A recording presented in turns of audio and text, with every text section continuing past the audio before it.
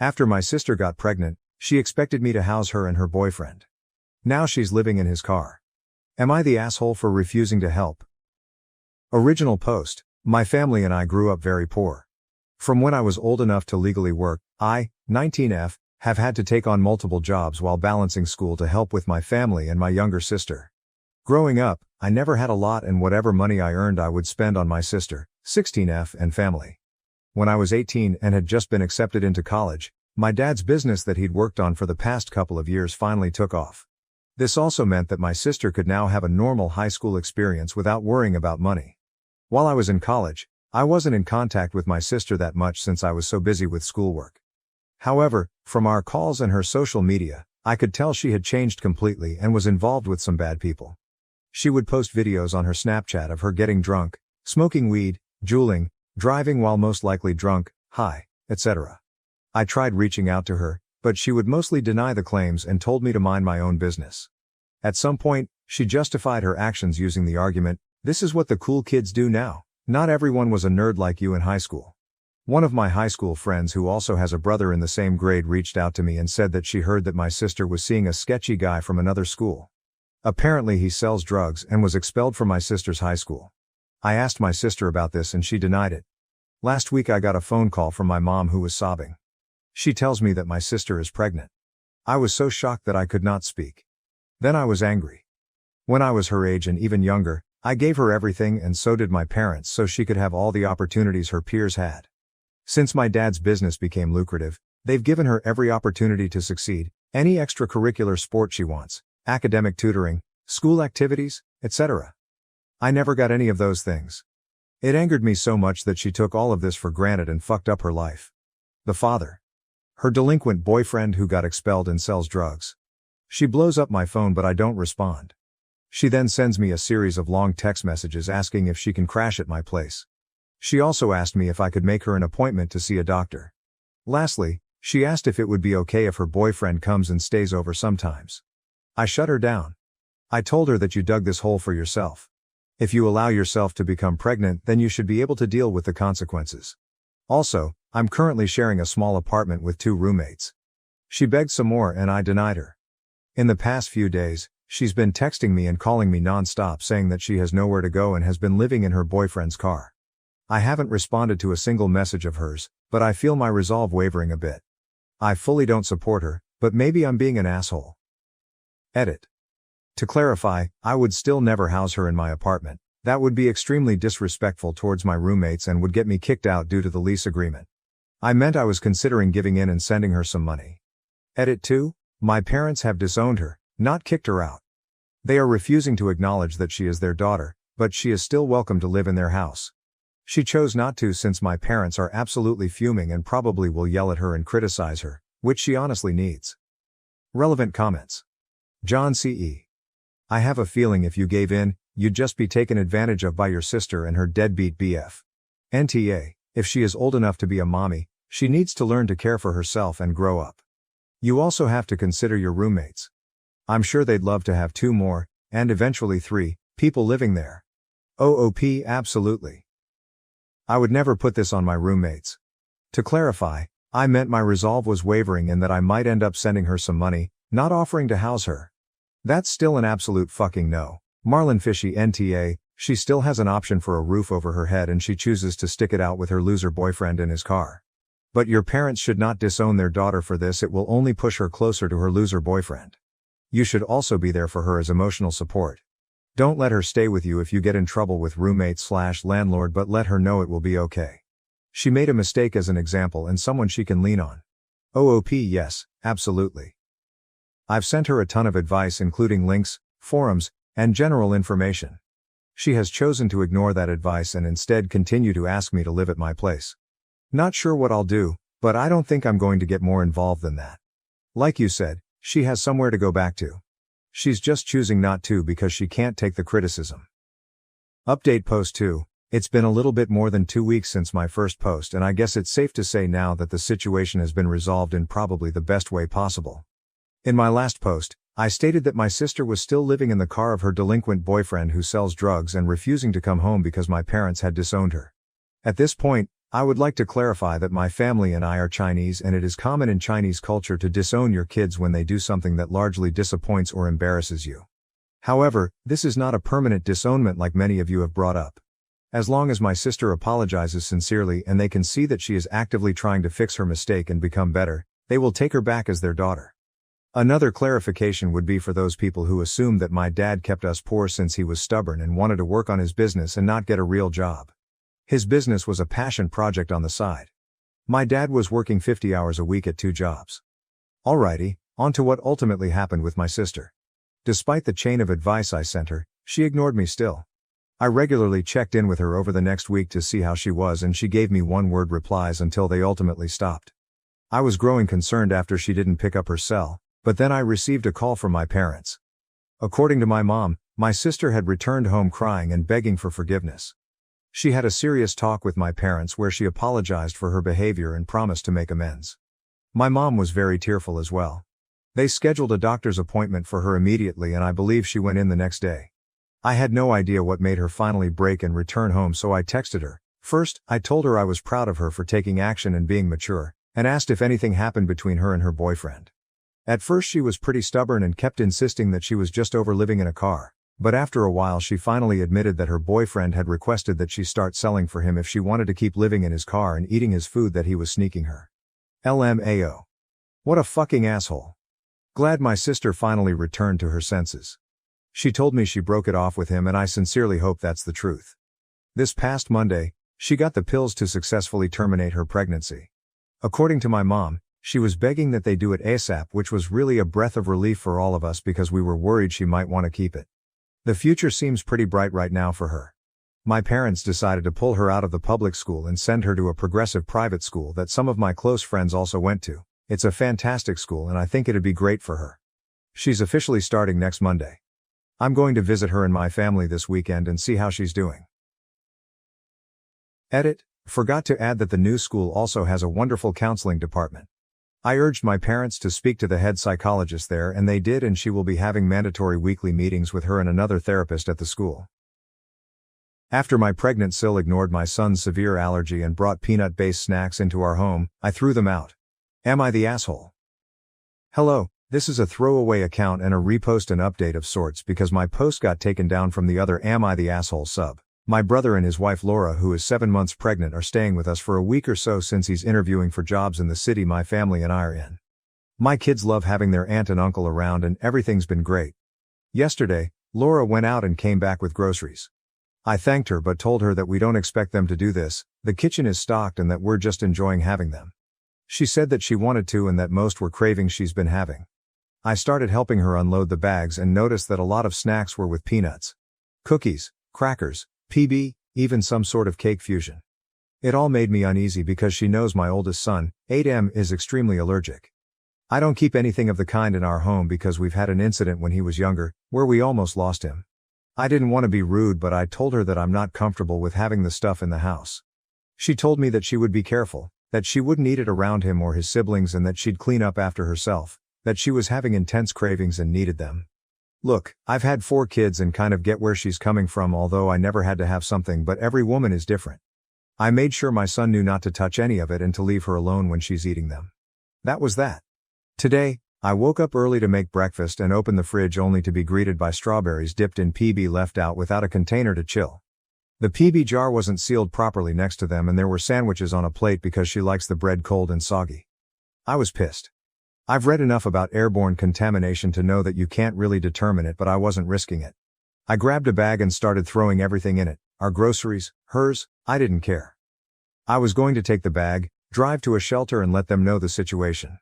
Laura woke up while I was on my rampage, came down and asked all upset what I was doing. I was snippy with her and didn't try to hide it.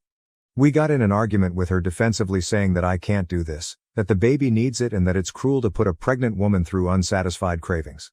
I told her bluntly that I don't give a single fuck. If she can't keep to her word, then I won't either, and that she'll live without her craving. My son can't say the same with his allergy.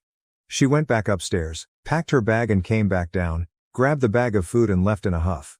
My brother was at his interview and called me half an hour later to ask me what happened. He was upset with his wife but also with me because nothing happened, and at the end of the day, my son is fine. I told my husband when he came back from work and he's completely on my side. AITA, mini update. Like some people had predicted in the comments on the other sub, Laura did go straight to my family and started complaining. She hadn't twisted anything, told them the full honest story, and my mother was livid. She called me panting like she ran a marathon after she berated Laura to make sure my son is okay, so I can only imagine the riot act she read to her. Apparently, even my stepdad gave Laura one of his disapproving frowns. My brother came back in the evening to get his stuff since Laura had only packed hers for some reason. He apologized for what she did and said that he'll have a chat with her once she's calmed down. She's been inconsolable. He told me that she's been crying since she left my mom's house and that she now feels unwelcome and unloved in our family, and he blames me for it. My husband butted in and told him that it's enough. That whatever she's feeling doesn't cover half of what we felt and that she needs to get over herself. That I've been scrubbing the house from top to bottom for hours because of her actions. I did get panicky and went on to deep clean the whole house, especially the kitchen, but anyway, my brother left after he said that there's no leveling with us when we're being this stubborn. Now that I've had time to get out of the state I was in, I do feel bad that she's distressed and feels unwelcome in our family. That was never my goal. I've been debating sending her an apology, not for my actions because I stand by them, but for the way I went about it. I shouldn't have allowed the stuff in our house in the first place and could have been calmer about it after I opened the fridge. Update. A lot of people asked me to update, so here it is. Warning. This is a long one, and if I wasn't an before, I sure am now. So after my mom berated Laura and my brother yelled at my husband and I took the advice I was given and sent them a long text which ended up being a bit of a ramble about everything, how fucked the situation is, how we're disgusted by their stance, and how we'll be going LC until we feel ready to be around them again. That was the day after my brother packed his bags and left. I was left to read, and I thought that was that until a few days ago when I got a call from Laura. I thought about not answering it, but curiosity got the better of me. When I picked up, Laura tried to make awkward small talk, but I think she sensed I wasn't in the mood and got right to it. She apologized about her behavior, said she had no excuse other than her hormones, and we ended up having a long chat about everything. By the end of it, I actually felt better and like we could get past it and work on our relationship. She also mentioned that she would still like for my family and I to come to her birthday dinner. It wasn't going to happen in a restaurant anymore. I guess the hotel stay ended up costing them a lot, as some of you predicted, and that it was going to be at their house instead. I told her that I'll talk with my husband and get back to her. I also got a text from my brother apologizing and saying he was just trying to protect and stand by his wife. It was too soon to start mending things, as my husband pointed out, but he left the choice up to me, and I honestly believed her apology because she had never acted like that before and she seemed actually ashamed of herself. Anyway, my sister, who was also apologized to BC, she also tore her a new one. And parents, also got an apology. We're also invited, but my sister's kids wanted a cousin sleepover instead of going with us, so after talking it over with my sister, we agreed for them to have one at my house. My babysitters for a year are my next door neighbors. They're sweet and responsible 16-year-old twins who live with their single mom. They usually team up and tackle my kids on date nights. There's a reason I'm mentioning this. With my sisters added 2 kids to the mix, I asked their mom if she was free to join their duo and she agreed. So I called Laura and told her that Richard and I are coming. When we got to their house, Laura greeted my husband and I at the door. We handed her the gift and went in, but she seemed puzzled that we didn't have a trail of kids with us, so I reminded her that it's just us adults tonight. Same thing happened when my sister and her husband walked in. Dinner was awkward. No matter how we tried to lighten up the mood, and the conversation was stilted at best, but I thought it was at least a step forward. Laura asked this time about why the kids were not with us, that she had made special food for them. I never mentioned the kids when I got back to her, just my husband and I, but I felt like it was my fault that I didn't clarify, and so I apologized for it and thanked her for thinking of them. My sister chimed in that her kids and mine were having a cousin's sleepover tonight and how she was excited about our soon-to-be nephew to join them when he's here and older. Laura looked at her with a smile and said, "Yeah, I'm sure he'll be best friends with his cousins, as in my kids, and his step-cousins, as in my sisters." This pissed me off because we don't step anything with the kids, but I bit my tongue. For context, my sister is technically my stepsister. I know I use stepdad in my first post. I usually call him by his first name. I consider him a parental figure since he raised me since I was 10, but I had a dad and the title will always be his. My sister gave her a hurt look, but it was my brother who nudged his wife with a, "What are you doing?" look. A few minutes went by again with eating and light convo before Laura asked again about our kids, mainly who was watching them since all 4 parents are here. I told her that my neighbor and her daughters are babysitting, to which she laughed at and joked about how incompetent the girls and their mom must be to need all three of them to wrangle the kids. Also, for context, I have 4 kids. I'm biased and like to think they're well behaved, but they're sometimes too much for one person to handle. Even me, and I'm the one that brought them into this world. Add my sister's 2 kids and it's a lot for 2 teenage girls to handle even for just a few hours. We left at 7, it said we'll be back at 11.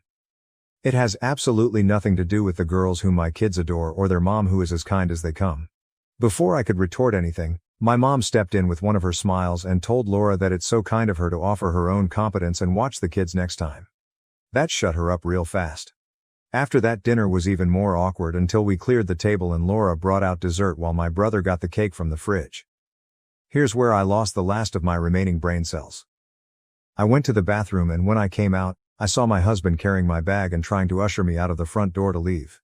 He looked pissed and I was beyond confused, and obviously resisted because yes, the dinner is a train wreck, but let me at least say goodbye and give a lame excuse for our departure. When my husband tried to literally carry me out, I knew something was wrong, and after a couple of tries, I darted past him back to the dining room. Laura's now ready dessert table consisted of PB cake pops, PB pie, PB cookies, PB brownies, and top it all off, a PB birthday cake that my brother brought in and was sniffing at with a horrified look. Laura then gave me a big smile and said loudly to my family, "I thought I should at least get to have my cravings on my birthday. Get your fill before she throws these out too." I honestly thought for a second that my sister was going to tackle her, and I wasn't that far behind her because all I could think about was the fact that she thought my kids were coming and she planned this accordingly. I felt so guilty for allowing the stuff in our house the last time, and if my sister's kids hadn't wanted the sleepover, I was going to walk my son into danger a second time. I lost my shit. Without thinking about my actions, I grabbed Laura's head, forced her to talk towards my brother, who I think was too shocked to react, and slammed her head straight into the cake. I held it down as long as I could while she flailed and told her I hope she chokes on her cravings before I let her go.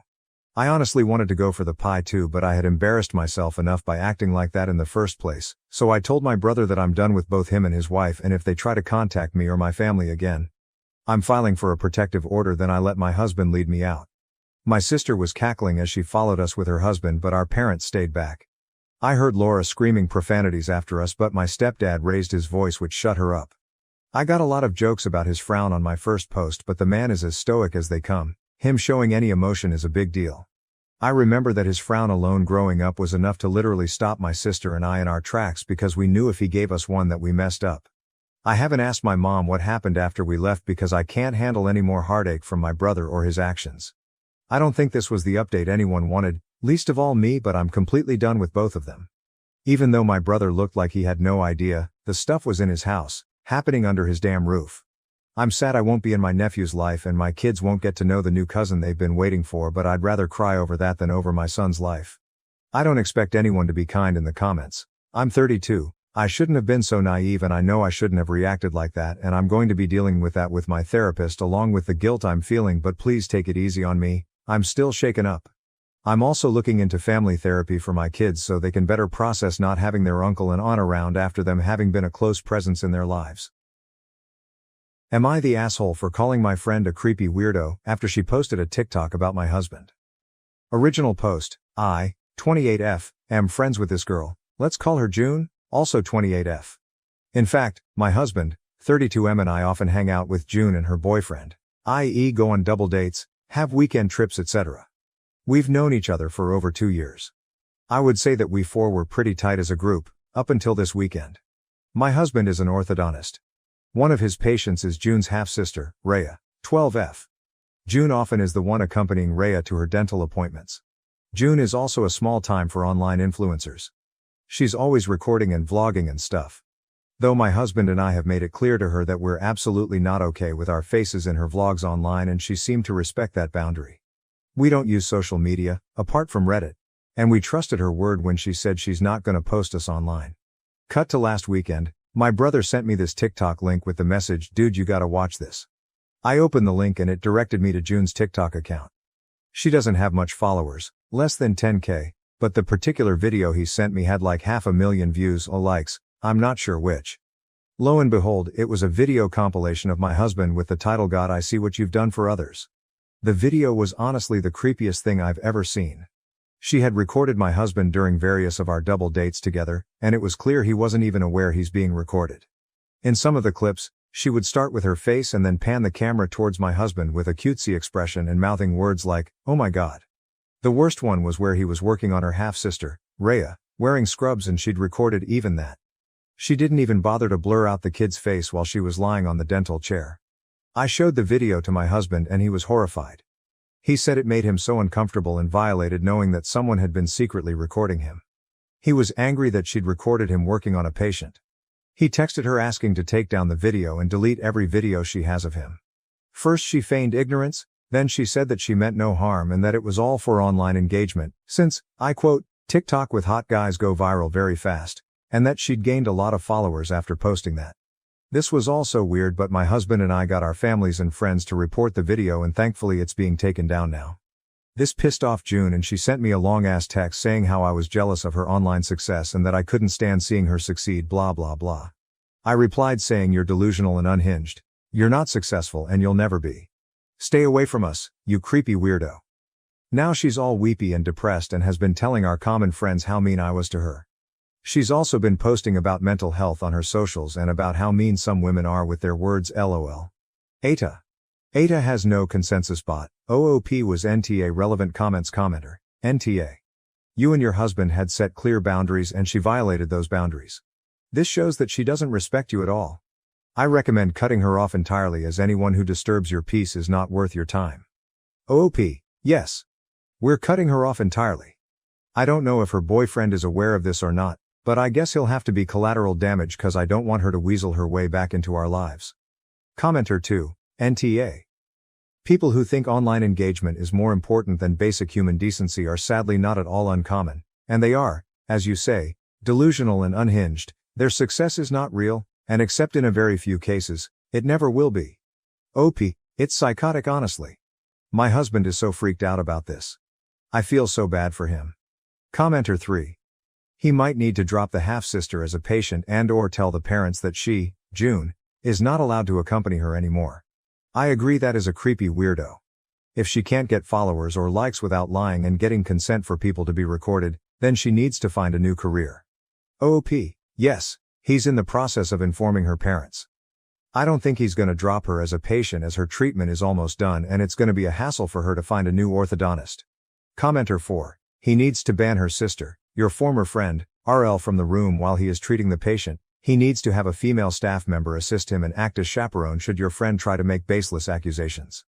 OOP. There's a rule in his practice that a female dental assistant has to present whenever they, the male doctors, are working on female patients, as most of the patients are young kids, teens, and they might be more comfortable with a woman around. Even in the video she posted, there is a woman assisting my husband. He's reached out to the kids' parents. They're being given two choices. Either they chaperone their daughter or they need to find a different orthodontist. I really hope it doesn't come to baseless accusations though. Update. I don't want to make another post for the same thing and I doubt I'm going to be updating again. My husband's practice reached out to Rhea's parents and informed them about the situation via an email, as they wanted everything documented, like I mentioned in the comments. The parents have responded. They are shocked and very, very apologetic. They have agreed to chaperone Rhea on her appointments instead of June. They wanted to meet my husband personally to apologize, but he informed them that that won't be necessary. June's TikTok video is still in the process of being taken down. No new updates on that. I guess she contested the reports or something. I'm not entirely sure.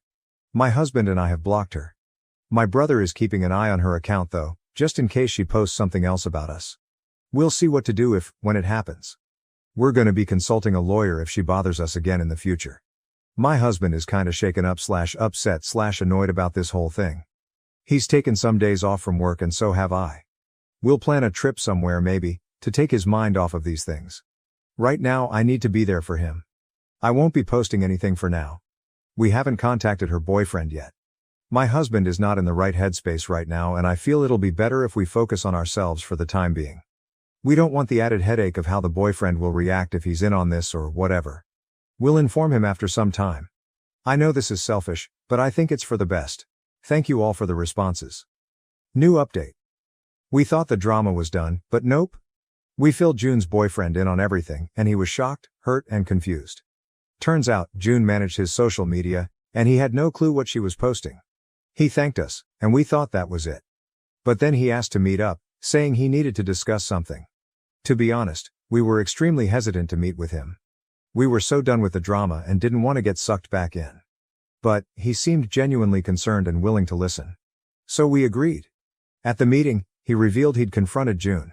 She broke down, professed her love, and claimed her obsession with my husband was for social media clout. Apparently, his total package made for great content. When he asked to see her phone, she refused. So he checked her laptop, and found hundreds of sneaky photos and videos of my husband. And for laughs, she had pics of me looking my absolute worst, mouth open while eating, weird faces, the works. I think I'm pretty good looking, but these photos were the opposite. It's like she wanted to prove a point about my husband's ugly wife. June's boyfriend dumped her. But honestly, we're even more freaked out now. The scale of her obsession is terrifying. Hundreds of photos and videos. That's not just a crush, that's fixation. The thought of her escalating to something more is keeping us up at night.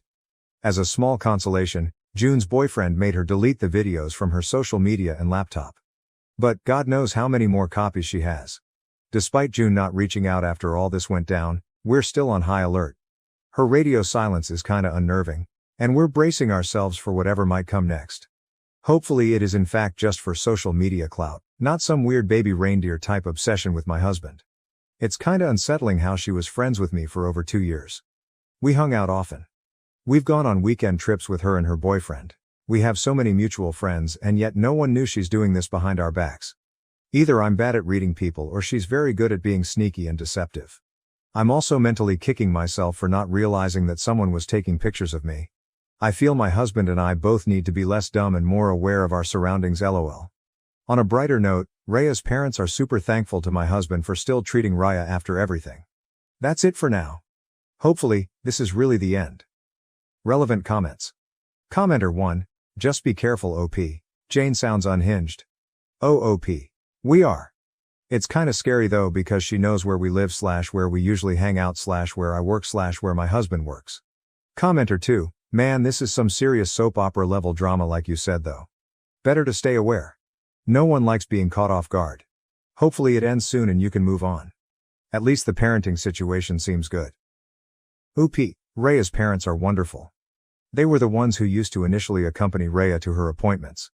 They said June told them that she wants to spend more time with Raya and she's otherwise busy so she could be the one chaperoning her. They had agreed because Raya was excited about spending time with her sister. It's really shitty that June was using Raya as a ruse to get near my husband NGL. Commenter 3. Wow, just wow. I would take all the evidence and a statement from the ex to a lawyer and get some type of restraining order requiring her to stay away and remove all social media of you two. She seems unhinged and needs to stay away. This makes me think of a stalker movie and you guys need to change stuff before the movie has a bad ending. OOP, we're gonna be talking to a lawyer to see what options we have. Our apartment has 24-hour security so I doubt she can do anything there. I'm more worried about our workplaces tbh. New update. I really didn't want to update this situation, but things have taken a seriously dark turn. When I posted about June's thing for my husband a month ago, I thought it was just some weird crush. Now, it's flat out terrifying. The day after my last post, my husband got a super creepy message from a random number. You have got it all wrong, please meet me, I'll make you understand. We freaked. Lawyers and cops are on it, trying to get a restraining order. Both our workplaces have ramped up security, and we've warned friends and family to keep an eye out. This whole thing is destroying my husband's mental health. He's anxious 24/7, wondering if he's being followed. He's stopped going to work because the feeling of being watched is overwhelming. We're trying to prioritize his safety. And honestly, it's breaking my heart. The other night, he broke down in tears. I've never seen him cry before. It was shattering. He's been talking to a therapist online, trying to cope with the stress and anxiety. But even that's not easing his mind. He's consumed by fear for my safety, constantly worrying that June will harm me to get to him. We're covering our bases, security cams, dash cams, the whole works. And I've scoured our home twice for any hidden devices, thank God, all clear. If things get worse, we're prepared to get up and move. Honestly, it's better to have a life in a different state than to be dead here. It's heartbreaking to think about leaving our friends, family, and everything behind, but we'll do what it takes to stay safe. Some of the advice on here was really helpful, and I've done most of what was suggested. If anyone, has any more insights, please share. I'm desperate at this point, tbh. My entitled mom tried to take my house for my pregnant sister, claiming she deserves it more than I do. I am a boy who is 31 years old, and I have a sister who is 28 years old. He has always been my mother's favorite child, but he has never been my father's favorite child. In the years that I was a teenager, my parents divorced because my mother had an affair with a former boyfriend from high school. Unfortunately, my sister was her little mini-me, and she has always been domineering, manipulative, and narcissistic. She has always presented herself in this manner. Additionally, it appeared as though our mother believed that she had complete control over me. When she snapped her fingers, she would give me orders like a dog. She would do this consistently. Despite the fact that it was humiliating, my sister never stopped supporting her. It should come as no surprise that following the divorce of our parents, I moved in with my father on a full-time basis, while my sister continued to reside with my mother. Unless it was about money, the two of them were very similar to one another. And they did not communicate with my father very often. In spite of the fact that I am more like my father, he was more business-oriented and started teaching me how to handle his field of work when I was 16 years old for the first time. I became fairly skilled at it, and after working for my father for a period of 12 years, I was promoted to the position of partner in his company. A terrible event occurred approximately 8 months ago, and everything were going swimmingly up until that point. My father's immune system had been compromised for a significant portion of his life due to his heavy smoking habit, and he passed away at the age of 60 after contracting C-19 a few years before his death. After my father's burial, which was held in a socially distant location, I finally got to meet my mother and sister for the first time in years through a video call. It was my father's decision to be cremated, and he was buried at a nearby cemetery. Hence, there was neither a body nor a casket there. Despite the fact that my sister seemed to be in mourning, my mother remained nonchalant during the entire process, which surprised me. When she last saw my father, she yelled at him that he owed her more money and threatened to sue him, to which he laughed. She then threatened to start a lawsuit against him. In terms of alimony and child support, he had simply paid the minimum amount that was mandated by the law. He even made a contribution of $30,000 to the education fund for my sister. However, a judge's order meant that he was no longer legally had to provide my mother money 10 years after the divorce. This legal obligation had been lifted. Not even close to being broke. She has been working at the same job for about 30 years. She is the owner of the old family home that we used to share, and she routinely leases out 2 of the rooms in the house to use as Airbnb rentals. She does not have any problems with her finances. The reading of my father's will took place after the funeral. Apparently, he was under the impression that if his habit of smoking excessively would not end his life, then something else would, and he even laughed about it on a video that had been recording beforehand. To a large extent, he left everything to me, including his home, all of his assets, and the majority of the income from his business. In addition to around $10,000 in cash, he left my sister a Nissan Altima from the year 2015. In addition to a few other goods that she had claimed to be hers since the divorce, my mother was only given a sum of $1,000. Additionally, I was given the remaining portion of it, and my girlfriend is currently residing with me in the house that my father had bequeathed to me. Following the completion of 2 years of community college, my sister moved in with her boyfriend and began working online part-time for a number of years. A heartbreaking miscarriage occurred at the time period, despite the fact that she became pregnant. Due to the fact that we had almost little communication with one another and no one informed me of this, I did not become aware of it until after the funeral. When lockdown occurred, her boyfriend's job began to gradually downsize, and soon he was only able to work part-time. This brought about a negative impact on both of their finances, to the point where he finally informed her that she needed to look for better employment as well because he was looking for a second job. After then, she fell pregnant once more. Despite the fact that she and her partner have taken precautions, others continue to refer to her child as a miraculous baby. A knock on my door came as a complete surprise to me one evening. As soon as I responded, both my mother and my sister greeted me with a frigid reception. Both of them entered without anyone asking them to, and they immediately made themselves at home in my living room. A look of bewilderment was exchanged between my girlfriend and I questioned as to the reason why they had brought themselves to visit.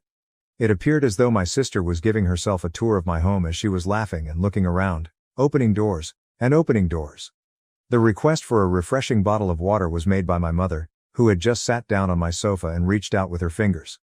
After my girlfriend had gotten the water for her, I questioned as to the reason that they were in this location. It appeared as though my sister was overjoyed, But she chose to ignore me and proceed with her investigation of my home. A short while later, I was able to hear her exclaim, "Mommy, it's perfect!" from the opposite end of the corridor. Yes, she continues to refer to her as Mommy. My mother ultimately stood out and said, "Well, I think it's time you did your brotherly duty." To which I reacted, "What?" I was surprised by her statement. My mother continued by saying, "Now that your father has passed away, this house ought to have been given to me because I was his only spouse. However, you are still able to make the necessary repairs at this time. It is possible for you to get a brand new home because you generate a lot of money. This one is particularly significant for your sister because she is the one who is actually carrying the baby that is on the way. On the other hand, if you are adamant about remaining, you could just live in a single room and pay for all of the expenses until you make the decision to leave." After reading a sufficient amount of Reddit, my girlfriend and I were able to determine where this was headed and what would occur if I allowed it to continue. I suppose you could say that we were mentally prepared for what was to come. I inhaled deeply and exhaled slowly before uttering out loud, "That is not effing happening. Especially in my own home, you do not have the authority to boss me around. And yeah, I do make a lot of money, but just like my father, I'm going to put it away until I really need it, even though you don't seem to care about it." "Stop!" my mother yelled as she began to lash out at me with her fingers, just like she had done in the past. "It is me, your mother. Because I am the one who brought you into this world and because I am the one who holds authority here, you will do as I say. God is what I am to you. In other words, when I say jump, you respond by asking, how high? In all actuality, this house belongs to me, and your sister will be living here. The following is an official notice of eviction. On the other hand, because I am a good person, I will give you 2 weeks to start packing your belongings and transferring the deed to me. I have a thought that goes something like this. This can't possibly be true. Then, however, I reached for my mobile phone and started making calls. Suddenly, my mother jumped up and asked, "What are you doing?" while she was standing there. I answered by saying, "I'm gonna do what I should have done as soon as this started. I'm calling the cops to get you out of my house." My phone was eventually knocked out of my hands as she started swiping back and forth toward me. After that, she made an attempt to walk on it, but I was able to grasp it before she could do so. "That's it. If you don't leave, I'll force you out." My mother gave me a slap across the cheek and I returned the favor by hitting her back with a backhand blow that was twice as powerful, causing her to fall back down onto the couch. She yelled, "How dare you?" while placing her hand over her face, which was reddening and covered with makeup. She was completely taken aback by the situation. I went back to dialing my phone and informed her that I would call the authorities to remove her from the premises if she did not cooperate with my request to leave. I was in the middle of a conversation with my sister when she suddenly jumped in between us, stretched out her arms, and told me to do the right thing for once in my life and be a good big brother. I lost my temper and yelled out, "Oh, so you think I'm a terrible sibling? I have been required to work for a living ever since I was a very young teenager. I was responsible for all of the housekeeping, while you spent the entire day sitting on your butts, either playing video games on your computer or chatting with your circle of friends. And you would take the money that I had worked so hard to get in order to go shopping after you had already spent all of your allowance. You are nothing but a thief and a piece of a leech. Absolutely nothing is owed to you. I want both of you to leave this place as soon as possible before I dial the final number." For the first time, my sister started crying like a baby and said, "Mommy, please make him stop." After that, my mother started giving her a death gaze, after which she began hugging her and caressing her cheeks. After that, she mentioned, "You know, if you do call the cops, I can just tell them you hit me." It appeared as though she had become more intelligent. In addition, who knows, maybe I'll let everyone know that you wanted to do something far worse to a pregnant woman who was in need of assistance. It is not something that I believe would be beneficial for you to do. It was with a raised hand that I was able to interrupt her and say, "Just stop." During the entire time my girlfriend has been recording, in case you haven't noticed previously.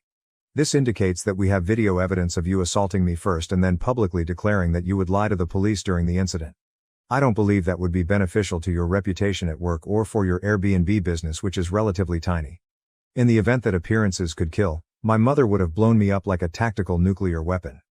Nevertheless, she quickly regained her composure and started pulling my sister into the room by the arm.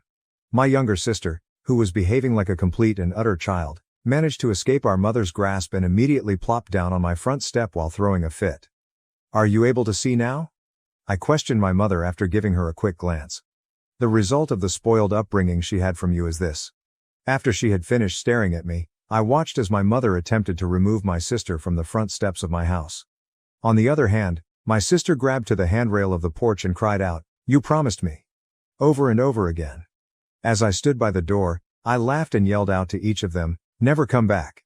At that moment, my mother reprimanded me and returned to the task of getting my sister off the porch. Despite the fact that it took her a few minutes, she was ultimately successful in persuading my sister to get up and leave with her. She referred to me as a cruel and heartless jerk who will go to hell for this. I chuckled once again and responded, "There's also a special place in hell for liars and narcissists who try to manipulate others to get their way." I simply put up my smartphone once more with the recording and said, "The clock is ticking, Mom." This caused my mother to tighten her fists and was ready to yell something more when I did so. "Get off my property." After that, my mother accompanied my sister to the car, gave me one more look that was condescending, and then disappeared into the distance. I had the impression that that was the final chapter, but my mother never let things go for good.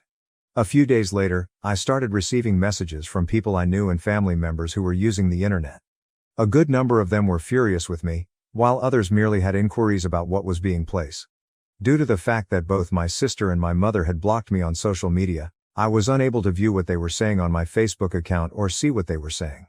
My girlfriend, on the other hand, was able to view everything because they had their profiles open. The entire incident was captured on screen, and some of it was printed out. Both of their profiles contained entries that referred to me as a self-centered and cruel jerk who stole the house that was meant to be my sister's inheritance right in front of her eyes by paying off the attorney who handled Dad's estate. This is a total and utter lie, and both of them are aware of it. I called my attorney, who was also my father's attorney and a trusted family friend, and gave him copies of all the screenshots from Facebook as well as the video that my girlfriend had filmed on the day that my mother ordered that I move out of my house.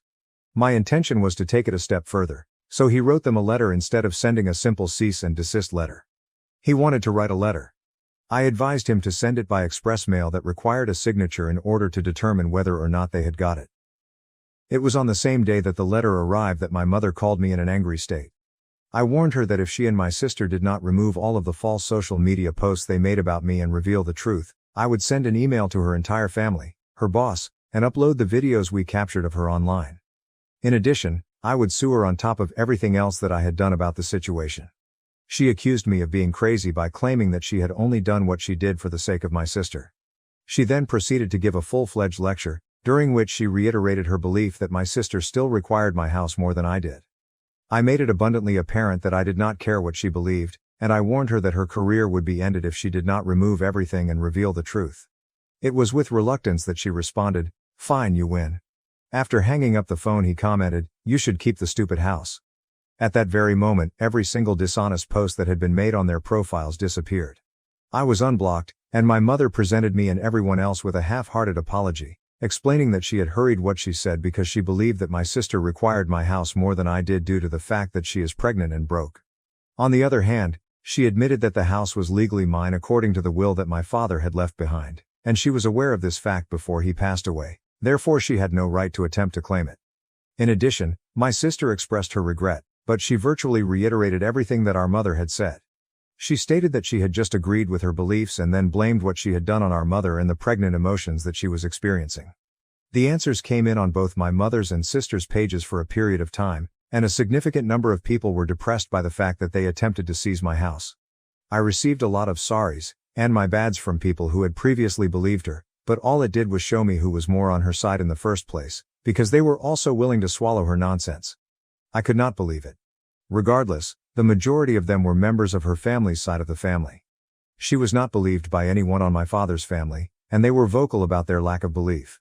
In the end, my sister and her boyfriend decided to move in with our mother in order to save money. Nevertheless, she kept them in the basement in order to maintain the operation of her Airbnb. Due to the fact that my mother barely wrote anything due of the trick she had played earlier, my sister started sobbing on social media about how she is unable to live upstairs. I am very certain that the two of them are arguing because all my sister did after that was complain online. Having made it this far, you are only getting started with what is ahead. The second part is very hot and wilder than the first. It is going to be the very next video that is uploaded, so if you haven't already done so, subscribe to YouTube with notifications turned on so that you don't miss it, and give it a thumbs up as a backup.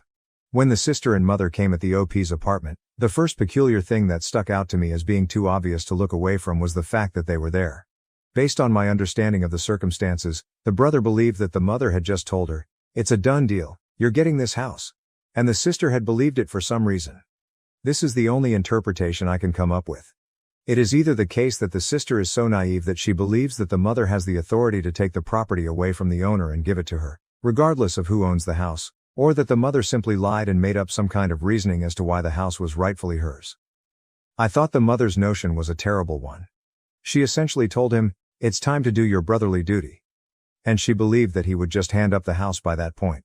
The father spent the most of his life working on this house in order to ensure that it would be a generational heirloom once he was able to hand it down to his son. On the other hand, the situation in which the daughter only receives the automobile and the son, the OP, receives everything else is one that I could imagine being somewhat irritating. That may be a source of frustration. I am able to acquire that, but it does not alter the fact that certain individuals are given what. That viewpoint cannot be rationalized in any manner, at least not in the way that they look to be doing here. This recurring motif can be seen throughout the entirety of Part 2. Although Part 2 is rather lengthy, you can still observe parts of that line of reasoning in that section as well. In light of the fact that the girlfriend was filming the entire event in which they struck each other, I have a sneaking suspicion that the OP's girlfriend was not recording their interaction at all. It is possible that she merely yes-anded the scenario, participating in the situation in an improvised manner and saying, "Yeah, it was recording the whole time." There was not an excessive amount of defensiveness displayed by the OP and his girlfriend when the mother and sister came. To put it simply, they were perplexed. In conclusion, the mother's exact statement, which was by far the most peculiar component of the entire incident, was as follows. "I am God." In other words, when I say jump, you define the height at which you want to jump. This house is rightfully mine. You are attempting to convince someone to give you something that you believe you deserve for some reason because you were this person's previous spouse, despite the fact that you divorced 10 years ago. It is weird that you're referring to yourself as God in the middle of an argument.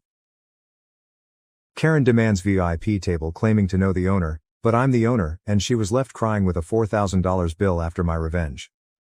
Karen storms into the restaurant, screaming that she knows the owner and that we must give her and her group of pals the VIP table reserved for celebrities. The trouble is, I own the restaurant and have no idea who this lady is. But I decided to play along and see what happened. During the dinner, one of the girls asked me whether I thought my life was meaningless because I worked as a waiter. That's when I realized all bets were out, and I was going to exact my retribution. This is what I did. This occurred around Christmas and New Year's. My grandparents emigrated to Canada from Italy in the 1970s and established a restaurant. When they died, my parents took over the restaurant, which they grew and enlarged throughout the decades. I've been working at the restaurant since I was 15. As my parents became older, they retired and became snowbirds, spending the winters in Florida. They sold the restaurant to me a few years ago, but they kept a tiny percentage of the stock as a supplementary source of income in addition to their savings. As soon as I took possession, I modernized the old place. I rebuilt the restaurant, altered the logo, and contacted local and national newspapers to place advertisements. I invited food critics, bloggers, and vloggers. It was slow at first, and I began to fear that the loan I took out to undertake all of this was the worst mistake I'd ever made, that I had ruined 3 generations of a family company. But soon, it began to work. A local semi-famous YouTuber included us in one of his videos, which prompted more people to visit and review us. Even on a Monday, we were quickly seeing 5 to 10 times the regular volume of activity.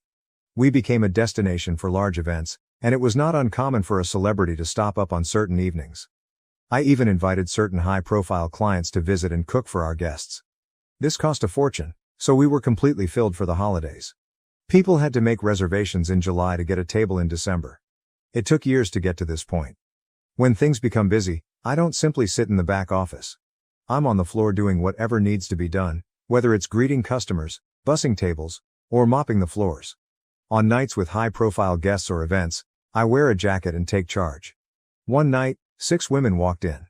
5 of them appeared to be in their early 20s, with the leader looking to be in her mid-20s. My best assumption was that she was an elder sister of one of the females or an older sorority sister to incoming college students. I was greeting them at the entrance, and as they approached, Queen Bee Karen was telling the baby Karens how fantastic this restaurant is, how delicious the cuisine is, and how there might even be celebrities there. When she approached me, she explained that she required a table for 6. I responded, "Of course, can I get the name on the reservation?" She stared at me. She responded, "Oh, I didn't make one, but it's okay. The owner is a personal friend of mine. He said he always keeps 1 or 2 tables open for special guests and we can have one of those tonight." This is true for many high-profile restaurants, and I've been doing it recently as well. But I had no idea who this woman was, and she had never discussed any of this with me. I understood she was attempting to get in without a reservation, but she had chosen the worst person to try this with. I told her, "I am sorry, but we cannot seat anyone without a reservation. As you can see, we do not have any seats available."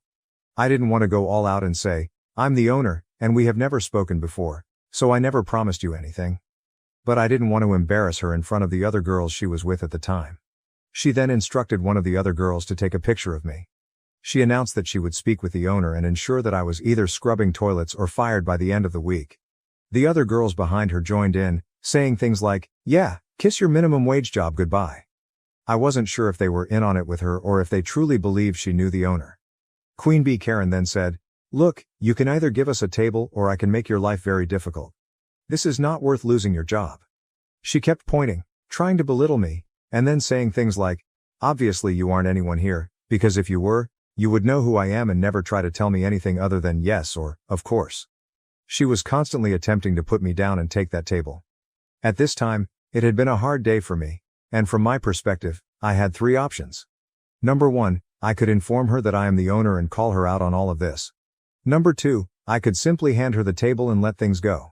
Or, third, I could teach Queen Bee Karen and her minions a lesson. I selected option 3. I smiled at her and said, "Of course ma'am, please follow me." I handed her one of the 3 tables we leave free in case a celebrity walks in, which occurs occasionally.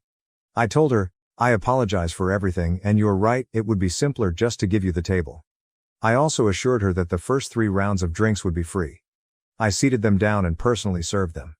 As they sat, I told them, "We need one of your credit cards and IDs just to keep on file, and we'll return them to you before you leave."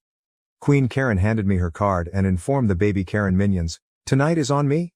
I took their orders, gave them their free beverages, and informed them that due to how busy we were tonight, the meal may be delayed. The females only worried about the free drinks. They ordered 3 rounds and still hadn't received any food. They eventually called and asked me to check on it, all while giving me the worst attitude since they arrived. I told them I will look into it, but also asked if they wanted additional drinks. They ordered 2 more rounds. They were sloshed by the time the appetizers arrived, having done nothing but drink on an empty stomach for the majority of the night and just eating salads. As more food arrived, more beverages were ordered. What these girls didn't realize was that they were at our VIP table, which normally costs a few $1,000s to sit at. Karen demands VIP table claiming to know the owner, but I'm the owner, and she was left crying with a $4,000 bill after my revenge. Karen storms into the restaurant, screaming that she knows the owner and that we must give her and her group of pals the VIP table reserved for celebrities. The trouble is, I own the restaurant and have no idea who this lady is. But I decided to play along and see what happened. During the dinner, one of the girls asked me whether I thought my life was meaningless because I worked as a waiter. That's when I realized all bets were out, and I was going to exact my retribution. This is what I did. This occurred around Christmas and New Year's. My grandparents emigrated to Canada from Italy in the 1970s and established a restaurant. When they died, my parents took over the restaurant, which they grew and enlarged throughout the decades. I've been working at the restaurant since I was 15. As my parents became older, they retired and became snowbirds, spending the winters in Florida. They sold the restaurant to me a few years ago, but they kept a tiny percentage of the stock as a supplementary source of income in addition to their savings. As soon as I took possession, I modernized the old place. I rebuilt the restaurant, altered the logo, and contacted local and national newspapers to place advertisements. I invited food critics, bloggers, and vloggers. It was slow at first, and I began to fear that the loan I took out to undertake all of this was the worst mistake I'd ever made, that I had ruined 3 generations of a family company. But soon, it began to work. A local semi-famous YouTuber included us in one of his videos, which prompted more people to visit and review us. Even on a Monday, we were quickly seeing 5 to 10 times the regular volume of activity. We became a destination for large events, and it was not uncommon for a celebrity to stop up on certain evenings. I even invited certain high-profile clients to visit and cook for our guests. This cost a fortune, so we were completely filled for the holidays. People had to make reservations in July to get a table in December. It took years to get to this point. When things become busy, I don't simply sit in the back office. I'm on the floor doing whatever needs to be done, whether it's greeting customers, bussing tables, or mopping the floors. On nights with high-profile guests or events, I wear a jacket and take charge. One night, 6 women walked in. 5 of them appeared to be in their early 20s, with the leader looking to be in her mid-20s. My best assumption was that she was an elder sister of one of the females or an older sorority sister to incoming college students. I was greeting them at the entrance, and as they approached, Queen Bee Karen was telling the baby Karens how fantastic this restaurant is, how delicious the cuisine is, and how there might even be celebrities there. When she approached me, she explained that she required a table for 6. I responded, "Of course, can I get the name on the reservation?" She stared at me. She responded, "Oh, I didn't make one, but it's okay. The owner is a personal friend of mine. He said he always keeps 1 or 2 tables open for special guests and we can have one of those tonight." This is true for many high-profile restaurants, and I've been doing it recently as well. But I had no idea who this woman was, and she had never discussed any of this with me. I understood she was attempting to get in without a reservation, but she had chosen the worst person to try this with. I told her, "I am sorry, but we cannot seat anyone without a reservation. As you can see, we do not have any seats available." I didn't want to go all out and say, "I'm the owner, and we have never spoken before, so I never promised you anything." But I didn't want to embarrass her in front of the other girls she was with at the time. She then instructed one of the other girls to take a picture of me. She announced that she would speak with the owner and ensure that I was either scrubbing toilets or fired by the end of the week. The other girls behind her joined in, saying things like, "Yeah, kiss your minimum wage job goodbye." I wasn't sure if they were in on it with her or if they truly believed she knew the owner. Queen Bee Karen then said, "Look, you can either give us a table or I can make your life very difficult. This is not worth losing your job." She kept pointing, trying to belittle me, and then saying things like, "Obviously you aren't anyone here, because if you were, you would know who I am and never try to tell me anything other than yes or, of course." She was constantly attempting to put me down and take that table. At this time, it had been a hard day for me, and from my perspective, I had 3 options. Number 1, I could inform her that I am the owner and call her out on all of this. Number 2, I could simply hand her the table and let things go. Or, third, I could teach Queen Bee Karen and her minions a lesson. I selected option 3. I smiled at her and said, "Of course ma'am, please follow me." I handed her one of the 3 tables we leave free in case a celebrity walks in, which occurs occasionally. I told her, "I apologize for everything and you're right, it would be simpler just to give you the table." I also assured her that the first 3 rounds of drinks would be free. I seated them down and personally served them. As they sat, I told them, "We need one of your credit cards and IDs just to keep on file, and we'll return them to you before you leave." Queen Karen handed me her card and informed the baby Karen minions, "Tonight is on me?" I took their orders, gave them their free beverages, and informed them that due to how busy we were tonight, the meal may be delayed. The females only worried about the free drinks. They ordered 3 rounds and still hadn't received any food. They eventually called and asked me to check on it, all while giving me the worst attitude since they arrived. I told them I will look into it, but also asked if they wanted additional drinks. They ordered 2 more rounds. They were sloshed by the time the appetizers arrived, having done nothing but drink on an empty stomach for the majority of the night and just eating salads. As more food arrived, more beverages were ordered. What these girls didn't realize was that they were at our VIP table, which normally costs a few $1,000s to sit at, but I didn't charge them for it. Except for the first 3 rounds, I charged them for all of the extremely costly cocktails they had throughout the evening. Furthermore, the table they were sitting at, as previously stated, was VIP, thus the menus were different. Prices are not displayed on these menus. This is a restaurant industry trade secret. They also offered higher-end menu items such as white truffle, black caviar meals, and specially imported West Coast oysters, among others. At one point during the night, I honestly began to question what I was doing. I worried I was going too far with these poor girls, they might not know any better. But certain things encouraged me throughout the night, such as when one of the baby Karens questioned whether I thought my life was pointless because all I ever became was a server. Also, one of the other staff told me that they were planning how to mess with me, believing that they could do so whenever they wanted and that I would always give them a table. I overheard them say, "He's cute, but I wouldn't date a waiter like that. He is such a pushover." There were other comments like that throughout the night, so I continued with their life lesson. By the end of the night, each female had built up a bill ranging from $500 to $600. I handed Queen Karen the bill for $4,232.23, which included tax and tip. I've never seen somebody sober up this soon. She went from smiling and giggling with her buddies to, "My new landlord enters without permission, removes my curtains and even calls me sweetie. What should I do?" New landlord hates privacy. I recently found myself needing a month-to-month lease for between 6 months to 14 months in Baltimore, which I was unfamiliar with. The apartment I found is a small efficiency in an older building. They agreed to a standard lease for the first 6 months, followed by month-to-month lease. I was to be the first tenant. When I toured it 6 weeks ago, workers were painting the rooms. The landlord's son is living upstairs, and this is my landlord's first time renting. The lease was obviously pulled from a form and seems standard. There is a clause in the lease which states that I can't install curtains, rods or hooks. This seemed standard as well. I had something similar at my old apartment. I assumed there would be some sort of curtain provided, and this was in regards to additional curtains.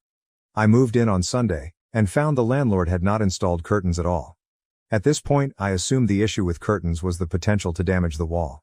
So I bought tension rods that require no hardware and used them to hang curtains. Monday afternoon I got a text from my landlord saying I needed to remove the curtains. The building is on a street corner with a fair amount of foot traffic. Between the 4 windows, you can see all of my apartment with the exception of the portion of the bathroom with the toilet and tub. Not only does this mean I have no privacy, but the neighborhood is slightly sketchy after dark. The nearby buildings have bars on their windows. Anyone passing by not only can see my possessions, but whether or not I am home. I expressed this to the landlord in my reply over text. He replied to reread my lease. I left them up overnight. I had orientation this morning and came back to find the curtains removed and nowhere in the apartment. I discovered this before entering the building, as 2 guys were outside one of my windows and looking in my apartment. They left when I entered the building. I messaged the landlord saying he didn't have the right to enter the apartment and asked for the curtains back.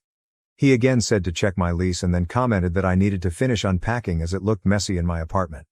I had to head to a work event so I couldn't follow through more, but I moved my electronics to one corner and used a bookshelf to block one of the windows so they weren't visible. While at the event I got a text from the landlord with a picture of the blocked window, captioned, "What's this? What can I do to prevent my landlord from entering the apartment unannounced and to compel him to allow some form of curtain? Alternatively, how do I break my lease 3 days into it? This is too crazy for week 1. Update. Privacy-hating landlord. It looks like I'm staying, but I took control of the situation.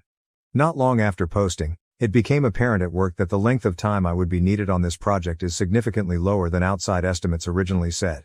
Finding new arrangements seemed impossible. I mentioned what was going on at dinner, and included at the table was the company's lawyer, who I know, who offered to review the lease on an unofficial basis. Wednesday morning, I called the police about the stolen curtains because I wanted a paper trail. They gave me a police report, but were uninterested in speaking to my landlord. I reported the theft to my insurance, gave them the info on who stole them, text from the landlord, and they said they would be contacting someone in the city. It's only $200, but that's the point of the thing. I next bought room dividers, which in no way, shape or form can be considered curtains, blinds, etc., but block the windows while still letting in light. They were only $40 each. At the same time I searched the whole apartment, vents, lights, etc., and can't find any cameras as someone suggested. By that time, my friend who is a lawyer called me. She did a little review of the lease and the local laws. She said Baltimore has really shaky laws on when a landlord can come in, but pointed out that in my lease there is a clause that says the landlord will notify 48 hours prior to entrance, and will call prior to entering in case of emergency. She drafted me a letter to send to my landlord. Her name won't appear anywhere, but said it can be on my company's letterhead. The letter details some of my rights as a tenant, quotes the lease and reminds him he is bound by these rules as well. I signed and sent it immediately. I had mentioned wanting a security camera, and my company is arranging to have a camera sent that will automatically upload video off-site, work for an hour battery life if the electricity is out, and operate on cellular, so it doesn't need Wi-Fi. It will be here tomorrow. I also made the decision to send my PS4 and my cameras back to my home. My personal and business laptops I will just keep with me while I am out of the apartment. This leaves the only real valuables as my TV and the security camera itself. Everything else is books, clothes, and kitchen things. I ordered a sign outside that says the property is monitored by security cameras, and got a jamb for the door that holds it closed while I'm inside. I'm prepared for the landlord to make my life hell, but if he breaks the lease, my plan is to ask the company to move me into an extended stay hotel for the duration of my trip. It will be more expensive for them, but that's company policy for trips less than 4 months. At the moment, I feel as safe as I can in this situation. Updates. Landlord texted me, "Sweetie, I didn't think you'd be like this." Responded, "I'm not you, sweetie, I'm your tenant. My name is Nee, please use it." I discovered my wife's affair during her writing workshop, hired a P1, gathered evidence, and vanished without a trace before she returned home. Though my friends call me AB, never Andy, I go by Andrew Baker. Every now and then there's a nasty drunk or uneducated man trying to act too familiar and calls me Andy. So Andy, what's your job? They probe. I reply, I made this neat little tool for cops to check drunk individuals from 40 feet away. They have even begun to link them to radars throughout town. That typically shuts them down. That gadget isn't real, though, should you still not know it yet. I obviously have not much tolerance for stupidity. Lie to me, and things go bad. I'm a straightforward guy, not complicated at all. I am content in my career and lead a simple life. I am an engineer employed by a large national corporation with offices scattered over the nation. I have pals, and although I'm not a heavy drinker, I do have a sporadic beer. Though that's my struggle, honestly I tend more toward nachos. I try to keep myself in reasonable form for my age since, if I let it spiral out of hand, I will gain weight. Every chance I had, I used to go sailing. Now, having a wife and 2 small girls takes up a lot of time. I sold the yacht at last. That was only one of the concessions I have voluntarily given over the years in order to spend quality time with the individuals truly important to me. For 25 years, Karen and I have been contentedly married. Her level of education is high school teacher. Right now our 2 girls are at college. While her younger sister Denise is in Boston University, Claire is a student at Brown University in Rhode Island. I most certainly couldn't afford those pricey universities, but fortunately the girls are committed students with outstanding scholarships. Our house is in North Carolina, more precisely the Research Triangle. It revolves on some outstanding Raleigh institutions and is flanked by first-rate high-tech businesses. One may live and work here quite nicely. Though it would just make me hungry, I could tell you about Carolina BBQ. When the daughters chose institutions up north, I was a little let down, but I know they had to venture beyond their comfort zone, and that is eventually a good thing. Our daughters are wonderful, smart, humorous, lovely young women with strong moral principles. Though I am daily concerned about their safety, I have faith in their judgment. Seeing children mature and start their path towards independence meant that my wife and I could at last have some alone time once more. For some time, I had been excited about this stage. I pictured going home every evening to a loving wife who would concentrate on me, and vice versa, with both girls away at college. I saw us picking back up our relationship and having happy days. It resembled almost exactly being newlyweds once more. We could have dinners out, go to movies and plays, and at last rediscover each other the way I had always wanted. But reality turned out very differently than I had imagined. To be honest, thinking back on that first year of an empty nest, I saw Karen changing. Her hobbies seemed to be changing. Although the change was slow, in time it became increasingly clear. At first I saw these as her means of blossoming now our girls were no longer living with us. But finally I came to see that her priorities and values were undergoing a major change. English teacher Karen specializes in creative writing. She is fairly speaking a frustrated writer as well. She never really had the opportunity to write as she desired being a teacher and young mother. Karen writes during the summer and whenever she could spare an hour or two, but so far not much has come out of it. She liked to compile rejection letters after sending her essays and short tales to literary publications. Her ideal magnificent masterwork was never realized. Though as a writer she has never ventured beyond predictable and perhaps too theatrical tales, I will admit I enjoy reading her. She has a romanticized view of what a writer should be, and covertly I believe she is more drawn to the concept than the actual work. Still, I'm happy too if she is happy. Karen has belonged to several writing clubs most of our marriage. Aiming to help each other's writing, these are meetings of people who come together to offer comments, ideas, and conversations about their work. While some of these organizations seem to be more like clubs of mutual adoration, others seem really useful to me. Her last group, the one she belonged to when everything broke down, contained components of both. They alternated visiting each other's houses, and during their encounters here, I would try to give them privacy. I tried once but stopped since Karen and a few others objected. There are about 10 people in Karen's present writing group, men as well as women. While some of them I could live without, others I enjoy. When you meet them, half of them really are relatively average and the other half really stand out. For example, the lady Reggie is rather passionate in creating biographies and history. She still manages to captivate readers despite doing scholarly-oriented book writing and serious research. I have loved reading all of her works. Betty likes to write fantasy. She tends more toward the talking unicorn type than I would have her as the next J.K. Rowling. She's nice, and her writing seems to be mostly for her own enjoyment. Who can dispute that? Bill takes on the group's know-it-all function. Apart from that, he appears all good. A bit of that goes a long way. Then Frank comes in. The first time I saw him, I felt scared. Ever since, those alarms have kept ringing in my head. It was very evident when I met Frank that I was being introduced to him rather than the other way round. Examining me, he asked, "So Andy, what's your profession?" I looked at my wife. She shook her head and somewhat frowned. I said simply, "I'm an engineer." Frank gave no smile, more of a smirk in reply. Though not precisely out of earshot, I said I had given up trying to interact with their group and preferred to keep rather hidden and quiet. Until they forget, I usually find myself in the next room silently working or on the rear porch with a window open so I could hear their talk.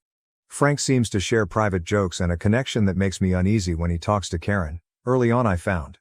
He occasionally makes her ego stronger and other times seems as though he understands her inner thoughts in a way I value less. He mentions past talks that seem to be only between them, and I get the sense that the rest of the group doesn't recall those times. Although it's only a feeling, I have informed her I find it unpleasant. She dismisses my worries, and I know not to press the topic. She knows my feelings, the rest is up to her. During its sessions, the group performs a set ritual. Their work session ends with some wine and relaxation. It was during this period that I came to see some of them were just acting. It took place in the midst of the spring semester, close to early March, when the subject turned to the way actual writers lived. Oh, all the eminent writers were alcoholics. That's right, they drank in the afternoons and evenings and penned in the mornings. It awakens the mind to fresh concepts and helps one to relax. Their creative ideas then start to flow in the mornings and they start writing. Actually, the really great writers all went through love relationships. That's the real inspiration for them. Frank was saying just that. Thanks for providing, Frank. I'm beginning to get your perspective. Karen's words then really hit me like a gut punch. Indeed, exactly. The real inspiration is found in the intensity and the thrill of the unknown, that is, in keeping it all secret from everyone else. I persuaded myself it was only a joke as some of them laughed and others didn't. Still, I listened in on their chat all through the evening. Maybe we should all have a wild night of passion sometime and then each write the next great American novel. Bill had that. I wasn't sure if he meant it humoristically or not. Not great writing comes from character defects. Features like humanity, empathy, and facing the riddles of the unknown really help to create great stories. I said before that Betty appealed to me. Memorable tales are about conquering obstacles, aiming for excellence in spite of all the odds, and leaving the planet in a better condition than it was in before. Well, perhaps if you conjure the right enchantment, we can avoid all the hassle. Again, that was that jackass Frank. To their shame, some in the group seemed to find that humorous. I had a hunch Reggie didn't either, and I'm not quite sure Betty did. They were debating writer drinking practices and affairs, and I kept listening without offering anything. Then I overheard a fascinating bit of their chat. Is anyone else planning to apply for the Illinois Writer Workshop this summer? Frank was now speaking once more. Oh, I turned in my application already. Keeping my fingers crossed will help them to accept me. 6 weeks of just writing and talking with other authors could truly change things for me. This was Karen. I had never heard of her before. Frank caught it up straight immediately. I am sure they will welcome you. Your work has improved really dramatically this past year. I think you will get admitted. I've also applied. I'm not as sure I'll be in though. My own feeling of internal radar for stupidity was off target. Frank, really, when did you start to get so modest? Though at this point I still loved and trusted my wife, I didn't like what I was hearing. Trust is basic when you have been married for the length of time we have. You ask not, is she up to no good? Not even cross your head the idea. Your mate is your other half. Marriage is a partnership. She has proved her dedication year after year.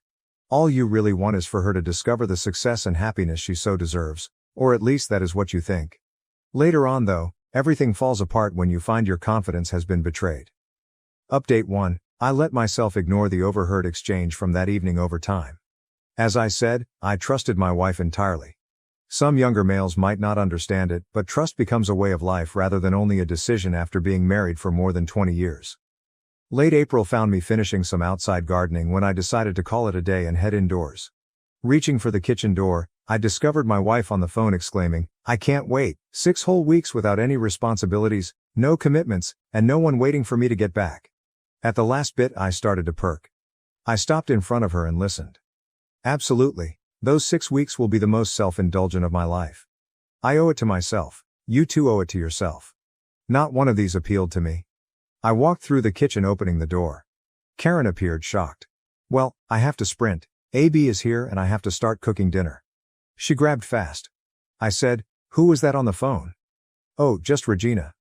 We were discussing the shortly closing of schools. Like heck it was, I said.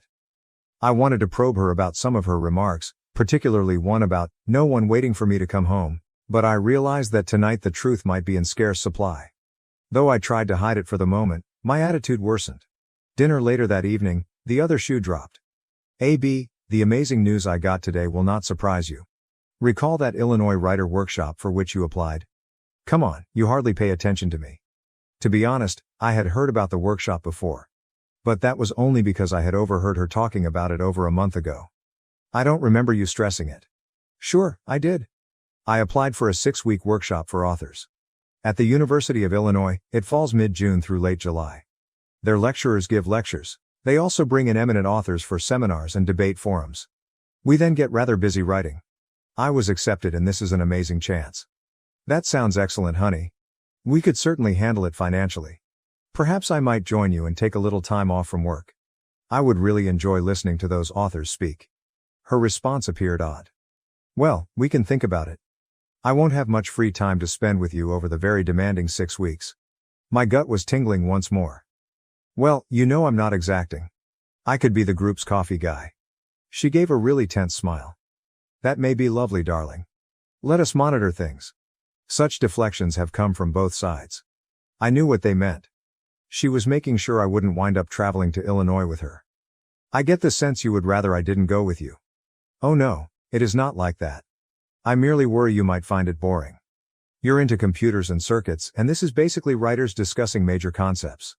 I kept that to myself. Back off, I thought. When I was being excluded, I knew. I said, ending the discussion, I'm sure you'll excel. After Karen retired to bed later that evening, I checked our phone records online. AITA provides that capability. All incoming and outgoing calls as well as text messaging are logged. When I looked over the phone log, the call I had cut off wasn't with Reggie. Or if it was, Frank's phone started it. When you find your wife lying and learning she has plans to exclude you, it's amazing how quickly trust can fall apart after a quarter century of marriage. Weeks went by, and she appeared fixated on the workshop's talks.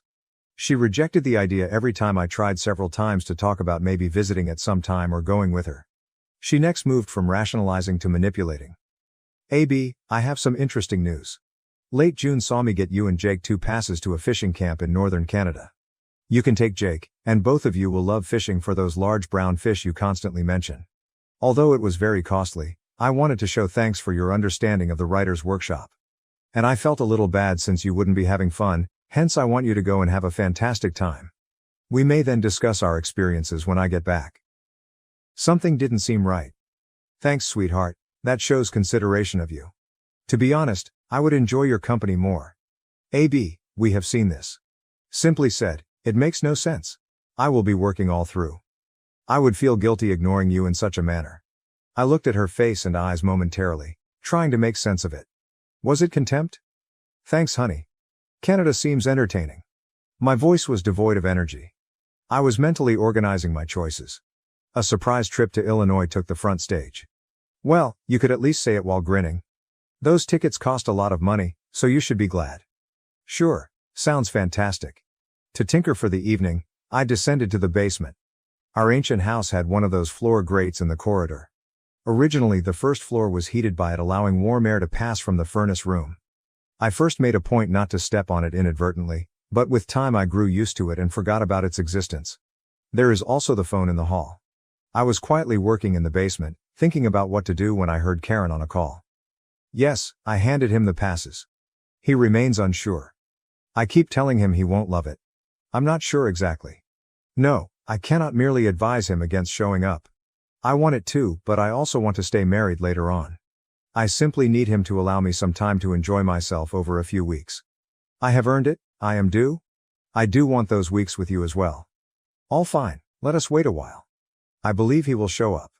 All right, darling, I miss you too. For me tonight, write something outstanding. She cut off the call with that. I got a lump in my throat. I'm not naive, I hear cheating and know it's not good. Karen either was thinking about or in an affair. Anything less, and she would still have a lot of work to do explaining. It took me 20 minutes to collect my ideas, but I decided that for now I had to start acting like the kind of liar I've always hated. At least for the moment I had to hide my goals until I had a strategy. In a very loving voice I said, "Karen, I'm heading over to see Jake and give him the good news," as I phoned upstairs. "Oh, that's fantastic, darling. Enjoy," she said. And I was out the basement door exactly like that. I required distance. Seeing Jake was only a pretext. Thinking about it, I knew I needed someone to confide in. And Jake had been my closest buddy from early life. "You're kidding me," Jake responded, not dodging around the issue. "No way, I won't buy it. She would never turn on you, AB."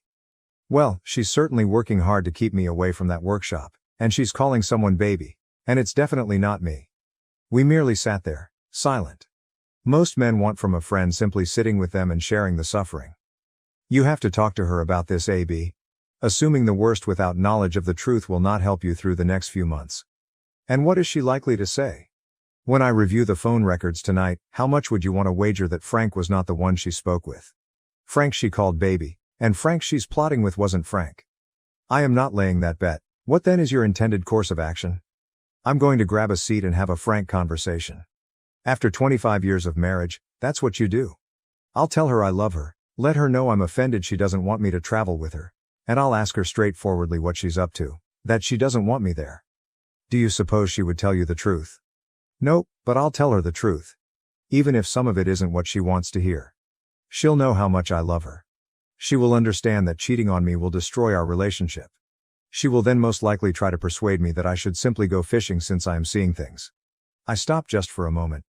"By the way, one ticket is for you. I have 2 for a fishing camp in northern Canada in late June." "Nice," Jake said, catching himself. "I mean, friend, here I am to help you." I laughed a little bit. I have always known exactly where his allegiance resides. Before I left for home, we spoke, exchanged ideas, and drank a few beers for 3 hours. I opened up about practically everything. After dinner, asking Karen to come sit with me in the living room. I pushed back a few things. "Sweetheart, I have some quite major worries. About the writer's workshop, I don't think you have been quite open with me. You mentioned it to me only once you had already scheduled a trip, even though I overheard you talking about it with your writer group back in March. I have to admit, I didn't find it funny when you mentioned how common affairs are among brilliant authors. Frank and you have been talking about your vacation, but when I ask, you lie and say it's someone else. You know how I feel about that guy.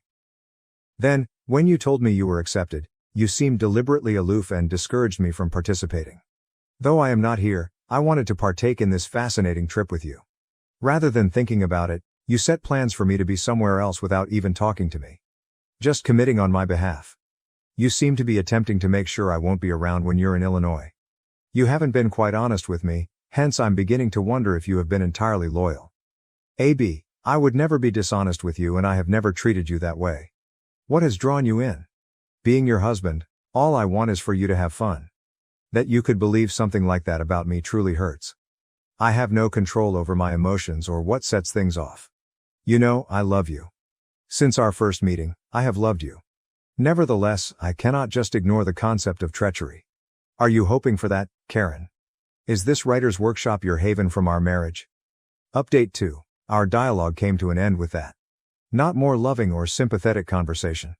She started screaming and spent the remainder of the evening either shouting or silently. And for the next week, it was silent. She was trying to get me to turn back down by applying the silence treatment, thereby punishing me. It did not work though.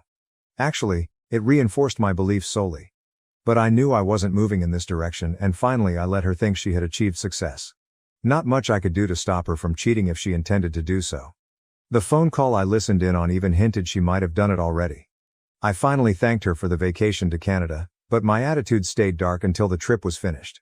She changed her attitude fast and behaved like a devoted wife to support the behavior she wanted from me once she had what she wanted. She seemed to flick a switch, which just made me more suspicious. When I am the recipient of manipulation, I know it is happening. I asked a colleague who he consulted when he suspected his wife of cheating. The Illinois Writers' Workshop was just 500 meters away and I knew none there. I took his advice and the person he suggested was Illinois-based. I contacted them asking for help. The fact that the session occurred on a state university campus made its location favorable. Although they couldn't take part in the program, the PI's agents could roam the campus and monitor the rooms as needed. The participants would eat in the university cafeterias, go to nearby clubs, and share a big dorm with other students. This gave room for covert monitoring. With modern tools, some of these kids would actually be working for me. Our daughters decided to stay in their colleges for the summer to work in research labs under their professors as the school year was drawing to a conclusion.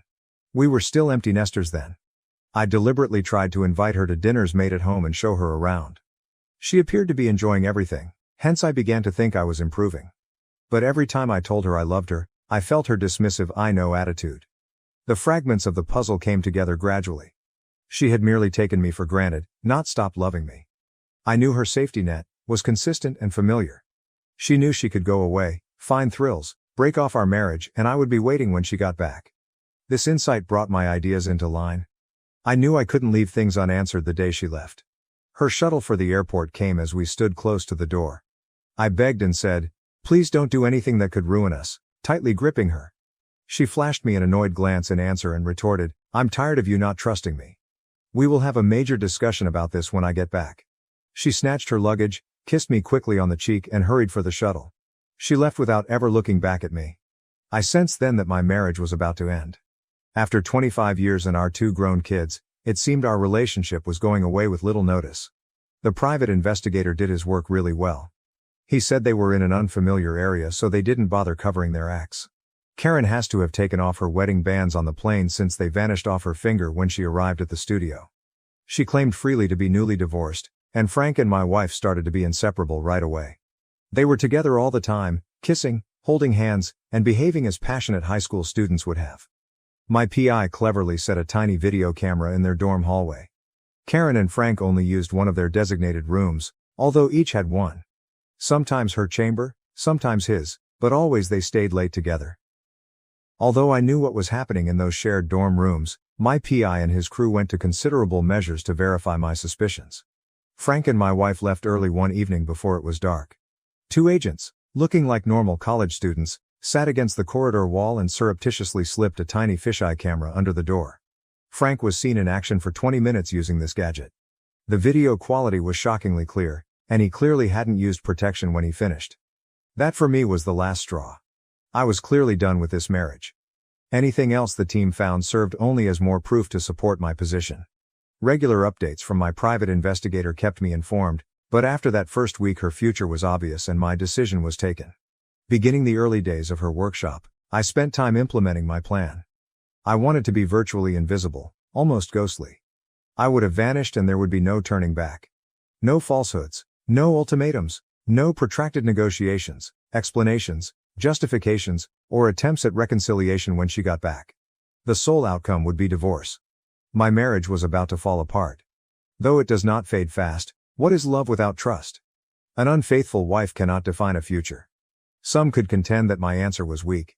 They could advise she deserves horrible humiliation, physical punishment, and total poverty.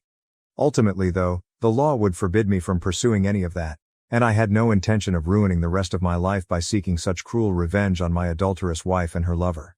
Eliminating the one thing she always depended on, the consistent presence that comforted, encouraged, uplifted and inspired her, would be my payback.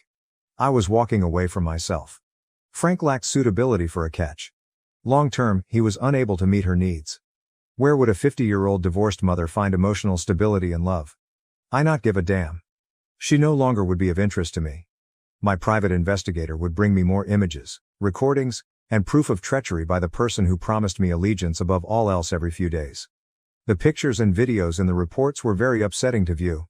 The reports themselves were challenging to read. Especially when they covered me, the audio recordings were the toughest to handle. He is always emailing me about the fish he is catching and how incredible it is up there. Nearly every day he thanks me. She laughs. Frank joined in the laughing. He's clueless.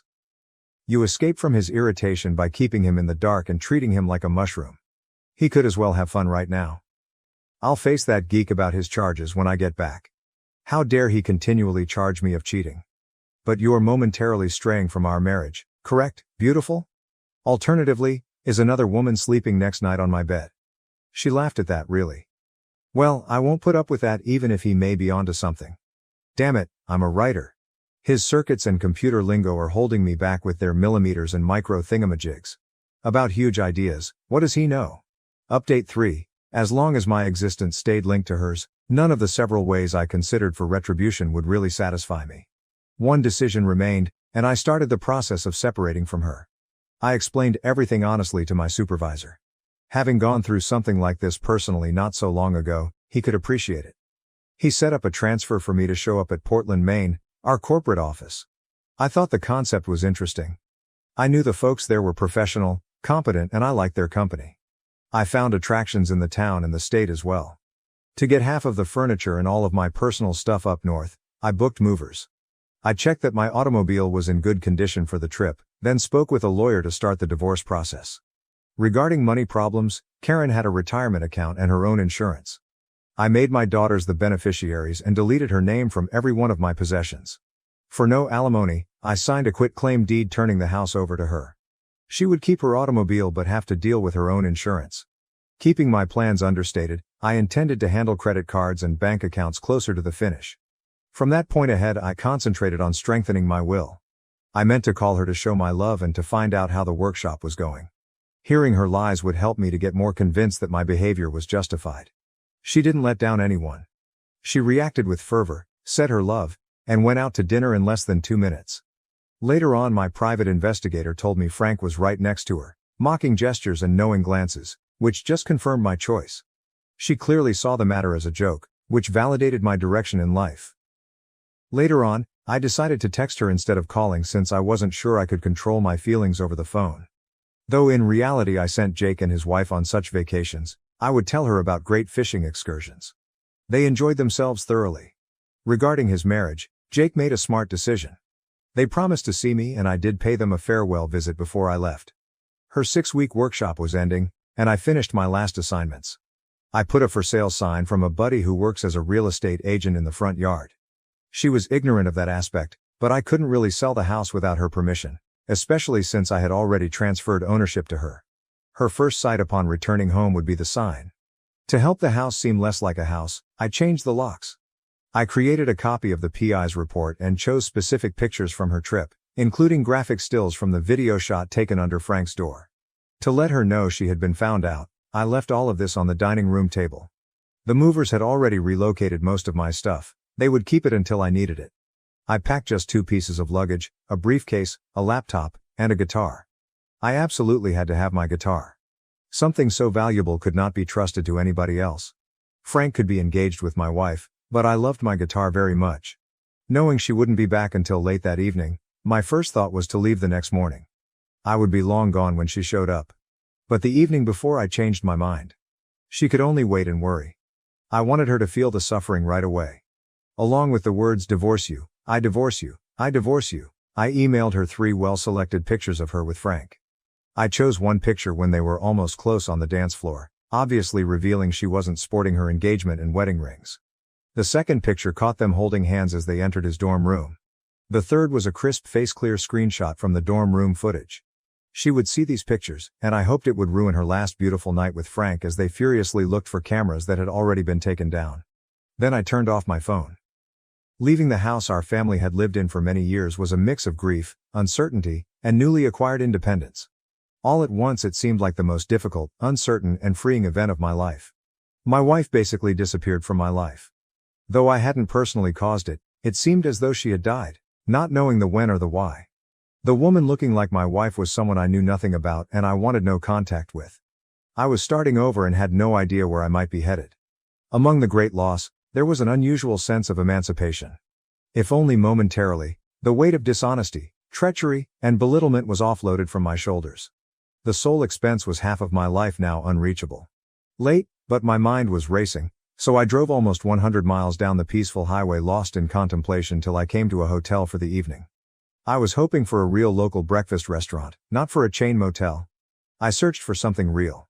I eventually found it and enjoyed what might be my final dish of grits for some time. My perspective changed and I started to rethink my path to Maine as I ate those grits. This signaled the beginning of my new life, and I had a long journey ahead. I had a 2-week window before employment began, so even if I could speed up my trip to Maine, fleeing my troubles, why accelerate? I needed time to gather my ideas, process her treachery and let the past go.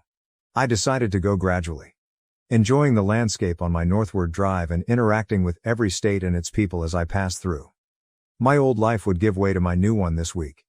To be ready for a fresh start and clear myself of the ugly and blunders of my past, I meant to nurture my senses, including my taste buds. Wandering about Williamsburg among the summer throngs, the rest of the day was lost. I investigated the abilities of talented craftsmen and artists. I found somewhere to stay even though I had no reservation. My thoughts returned to my failing marriage only after a small dinner and settling in for the evening. She was probably going home about that time. Seeing the for sale sign on the front yard and knowing her keys wouldn't open the door, I wondered how she would respond. I traveled north along the winding roads toward Annapolis, Maryland's capital, the following day. Along Virginia's ancestral rivers, the York, Rappahannock and Potomac, which go into the Chesapeake Bay, I passed through little villages and old estates. Ahead, there was one road stretch headed toward my destiny. I would follow that meandering road, which led me from betrayal to a new chapter in my life.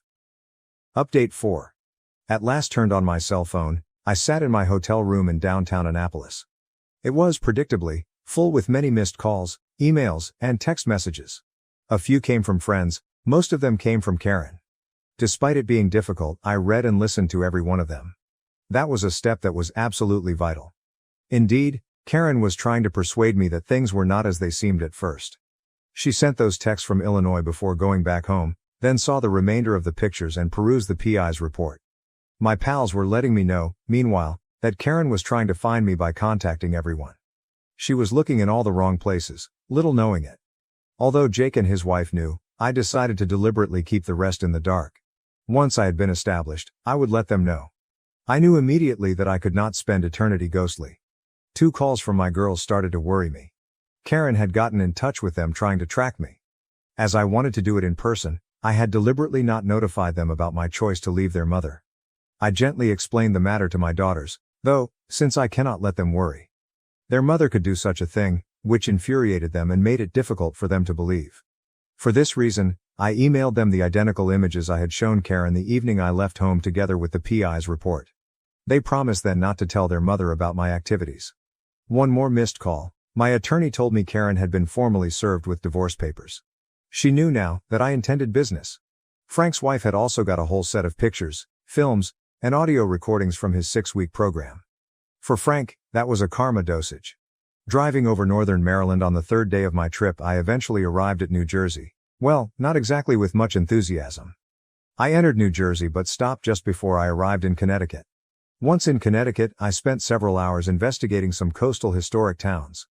Though I had no particular objective, the architecture was so different from what I was accustomed to in North Carolina that I felt a strong sensation of being in a new place, both physically and emotionally. And avoided telling the authorities, but I spent an hour in Groton looking for as many submarines as I could. Those black fish are quite stealthful. Looking along the coast, I was reminded that those nuclear submarines cut a hole in the hull to refuel the reactor and subsequently weld the hull back together. Was that another way to describe my circumstances? Could the first step in rejuvenating my life be Karen's treachery, which ripped a hole in my heart? Once I started down a new path, could I heal myself? The next day when I got up, I knew it would be the toughest day thus far.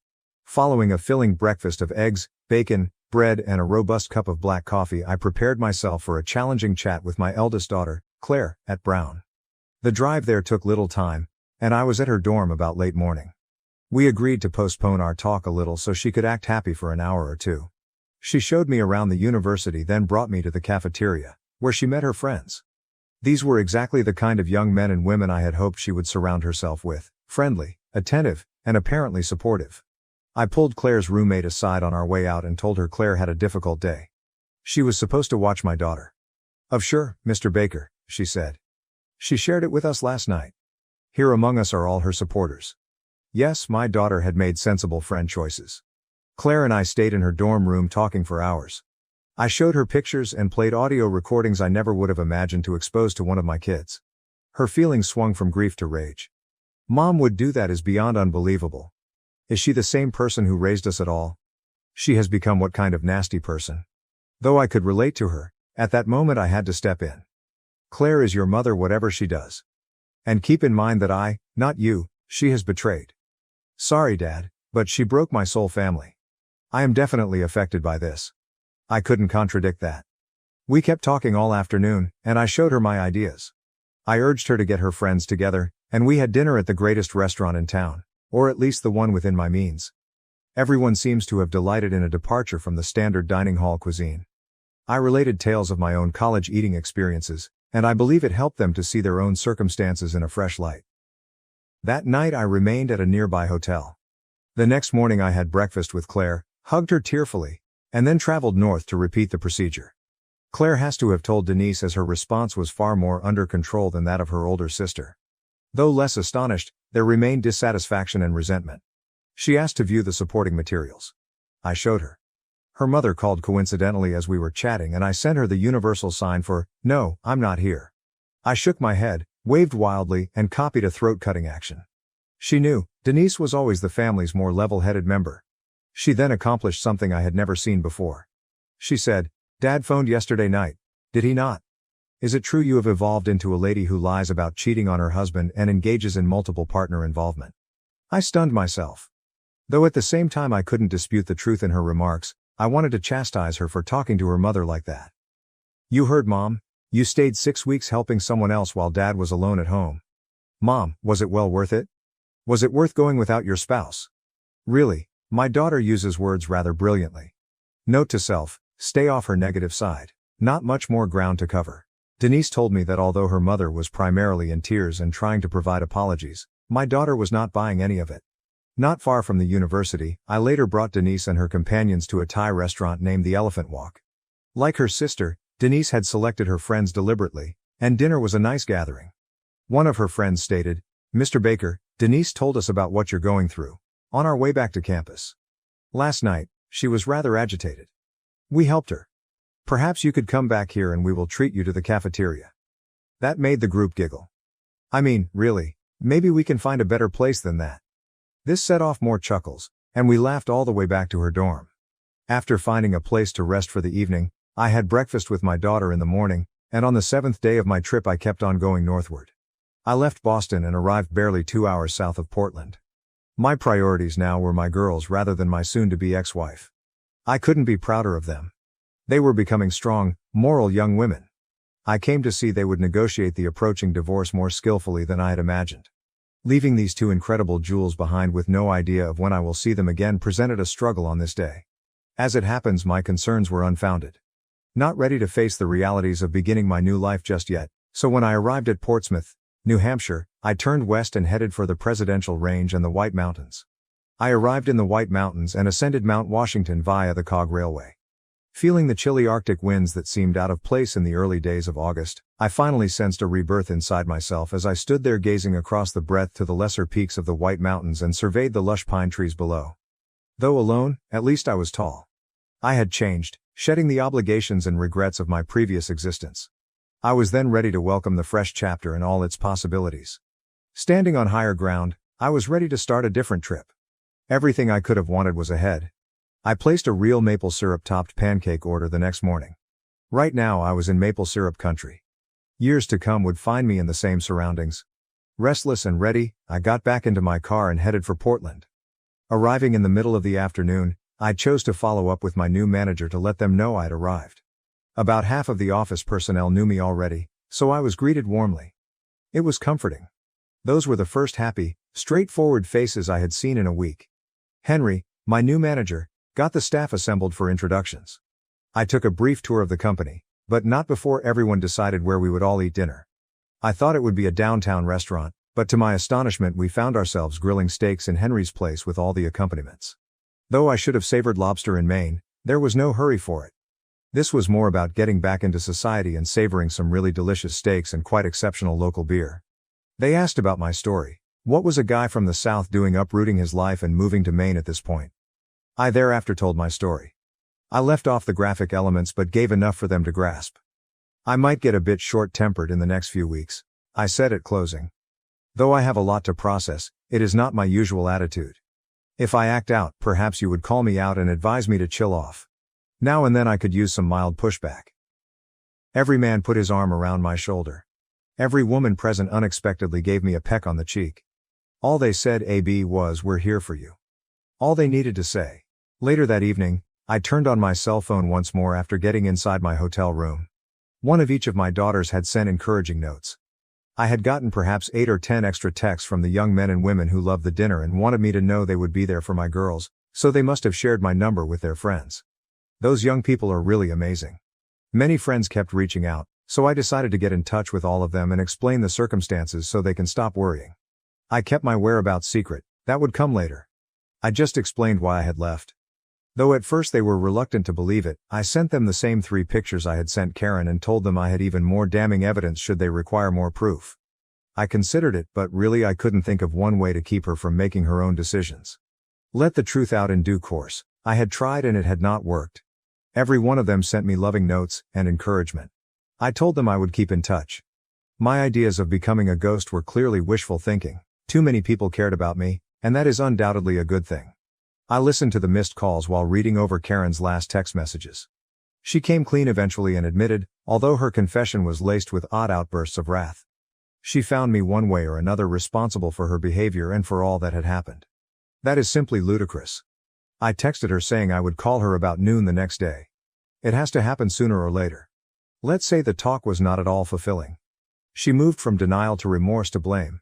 She apologized. Over her, Frank had great influence. Her suffocating me was a result. I worked too much, hence I was at fault. She even dared to assert that between them, they were merely playing about. Nothing major happened.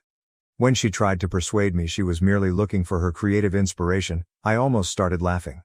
She even accused me of turning our girls against her, as if her own behavior hadn't achieved that without my help. When she finally stopped talking, I laid it out for her quite simply. She had plotted with Frank to turn on me, fought my attempts to mend our relationship, carried out the betrayal, and now she was dealing with fallout. The whys lost importance to me now. She was still begging her case and sobbing when I hung up. I was finished with her. Not turning back, I knew too much. Conveniently near the office, I found a basic but pleasant 2-bedroom apartment in an older building. Originally considering it as a temporary situation, I believed I could utilize the walking exercise but soon changed my viewpoint. Living simply in town, avoiding the added chores that come with owning a house, and having a little coastal cottage for weekends sounded like a wonderful idea. Then I considered why I should stop at a cottage. My seaside escape may be a yacht I purchase, kept parked in the harbor. Early October arrived by the time I worked through all of this. Though I had intended to live alone, it has not turned out that way. Actually, I spend more time with my daughters right now than I did in Raleigh. Every month they arrange a weekend trip, usually accompanied by friends. My apartment is alive during those 36 hours, and I generally treat them to dinner. Though I miss them right away, I do yearn for the silence once they are gone. A handful of my friends have visited and the others intend to visit when the weather is better. Surprisingly, though I live alone, I am not lonely.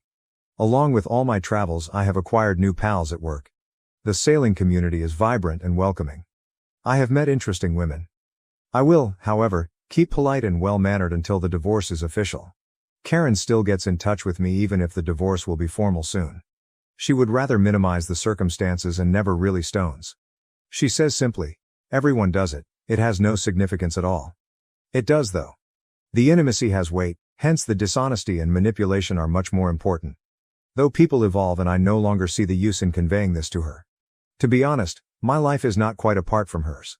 Complete dissociation is not likely given 2 daughters and numerous mutual connections. Still, I no longer live with the everyday suffering of rejection and betrayal 600 miles separating us. Up until I was no longer living in hers, she was the focal point of my life. I am now building my own future and walking my own road. A number of favorable results came from the circumstance. To start with, I actually adore living up here. Though it's a bit of a shock, I'm experiencing my first Maine winter. If others can do it, so can I. Early darkness in this area actually makes indoor events seem cozier and more brilliant. I'm excited about spring when I can work on splicing lines and applying varnish because I started looking for a boat and came upon a spot with moorings not too far from town.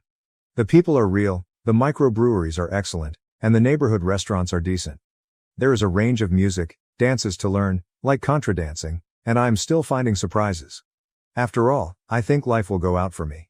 Is my heart at last healed?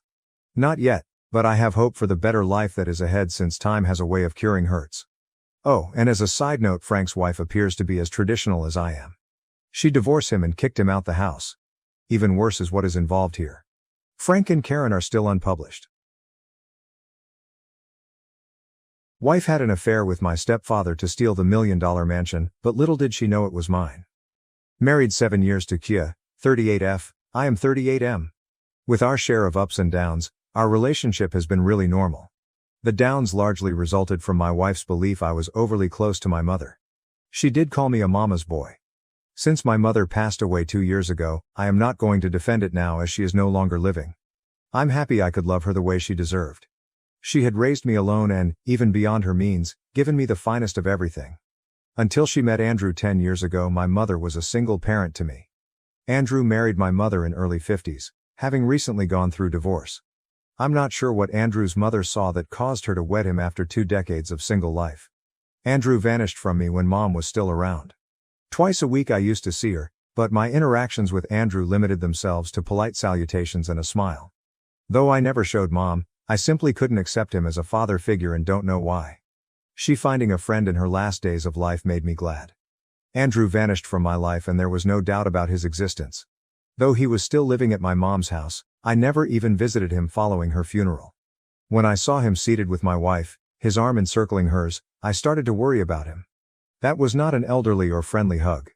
Their body language bothered me, or more accurately, their chemistry. Our familial dynamics made it strange as well. Like I indicated, Chia was not near my stepdad, and I was never close to him either. For me then, seeing such ease between them was somewhat awkward. I was driving while they were seated in a roadside cafe. Early that day, I had left the office to meet an old buddy. Usually I avoid visiting the region where I saw them. It is far from both my house and even my office. I went to see a friend but I was mostly preoccupied. My friend persisted in asking whether something was bothering me, but I simply said it was related to approaching work. How could I share with him what I observed on my way? When I got home, I addressed Chia straightforwardly, telling her I saw her with Andrew without thinking. She became pale and lost speech. "Yeah, I met him for lunch," she remarked afterwards. She claimed she bumped into him when I asked her why all of a sudden, and then he offered to have lunch with her. She sensed from my staring at her that I had seen something I shouldn't have. She responded, "Your stepdad was quite offended over losing your mother." I set out to comfort him. Lonesome and without someone to chat to, the poor elderly man held my hands hence he could communicate his loss. "You see," I left out telling her. I watched him crutching her hands. He was putting his arms around her, and the way they were speaking didn't seem like he was depressed or at a loss for my mother. Though they were not laughing, their body language was flirty. Though I said nothing, I bought her excuse. Before any more confrontation, I chose to look into the problem personally. Chia works weekends and is off during weekdays since she is a nail artist in a beauty salon. Not a matter of concern between us until lately. We used to argue over Kia not allowing time for our relationship when she used to be overly consumed with her profession. She insisted that following the death of her mother, I was acting needy. She added that I used to visit my mom 2 times a week earlier, hence Chia's absence didn't really disturb me. But she was mistaken. On weekends, I used to see my mother. Although Chia had work on her off days, I always made sure I got back home promptly to spend time with her. She used to fight about me being a mama's boy, but now she was claiming I was hungry. I became even more enraged seeing her with my stepdad while all this was happening. A few weeks later, Thanksgiving arrived. Yes, I am referring to last Thanksgiving that just passed, and she demanded that we extend an invitation to Andrew. Her straight recommendation caught me off guard. Andrew was living alone and had no one, she stated, hence as extended family, we should welcome him. She answered, "Yeah, because they had each other to celebrate with. And now that poor old man is alone." When I told her she never invited them when my mom was alive. In the end I gave in. Really, I wanted to observe their behavior toward me. Though I now knew the truth, I wouldn't say they behaved normally. Rather, they did nothing odd. I would not have noticed anything if I did not know the truth. For much of it I was quiet. I never liked him, thus my suspicions made me even more resentful of his presence. I felt he also realized I didn't enjoy it. It was a strange supper overall. Sia tried to break the quiet with some pointless subjects, only to elicit false grins from both of us eating silently. I decided to plot since it was getting hard for me to live with a heavy heart. Though it was locked, I considered looking at her phone but decided against it. I did not to alert her and ask her for the password. I then developed still another strategy. I informed Chia I would be working out of town for many days. I left early on the intended day and headed to my office as normal, but before that I had fitted a GPS device in Chia's car and was monitoring it from a distance. She drove Andrew to his house just before lunchtime. I wanted to catch her red-handed, But I worried I would appear like an idiot if I showed up and they were just sitting and talking. I approached my pal Keith for assistance.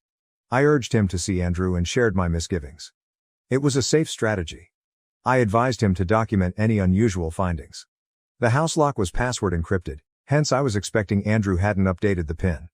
I advised Keith to tell Andrew the front door was open and he was simply checking on him as he was concerned Andrew could accuse him of sneaking in. There was a little tunnel instead of the main door leading straight into the living room. Nobody would find him unlocking the door suspicious. He agreed following a persuasive argument.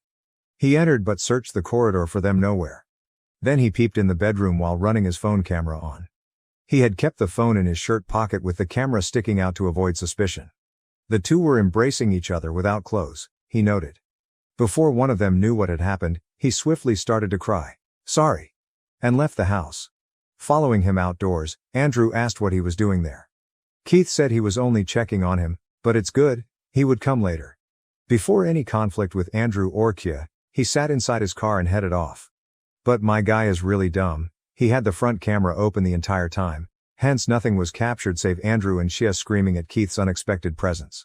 Still, I received the required confirming evidence. Before leaving the house that day, I had already packed 2 sets of clothes and my toiletries. Therefore I headed to Keith's place. He urged me to stay with him until all this was settled since his wife was out of town at her parents' place. She is aware Keith would have shown me the truth. She messaged me wondering when I would get home. I responded not. I did ghost her, yes. Thinking I'm out of town for work, she has been bombashing my phone with countless texts and calls. 4 days ago this took place. Since I never want to see her face ever again, I have virtually contacted a lawyer. I will get her kicked from my residence and serve her divorce paperwork. Update 1. The attorney sent the divorce paperwork 10 days later. CIA wanted a talk and was simply not ready to sign them. If at all possible, my attorney advised we pursue an out-of-court settlement since it would drastically cut time and expenses. See, I work a consistent regular job as a salesperson. I only have so much leave to go to court hearings and a limited budget for lawyers.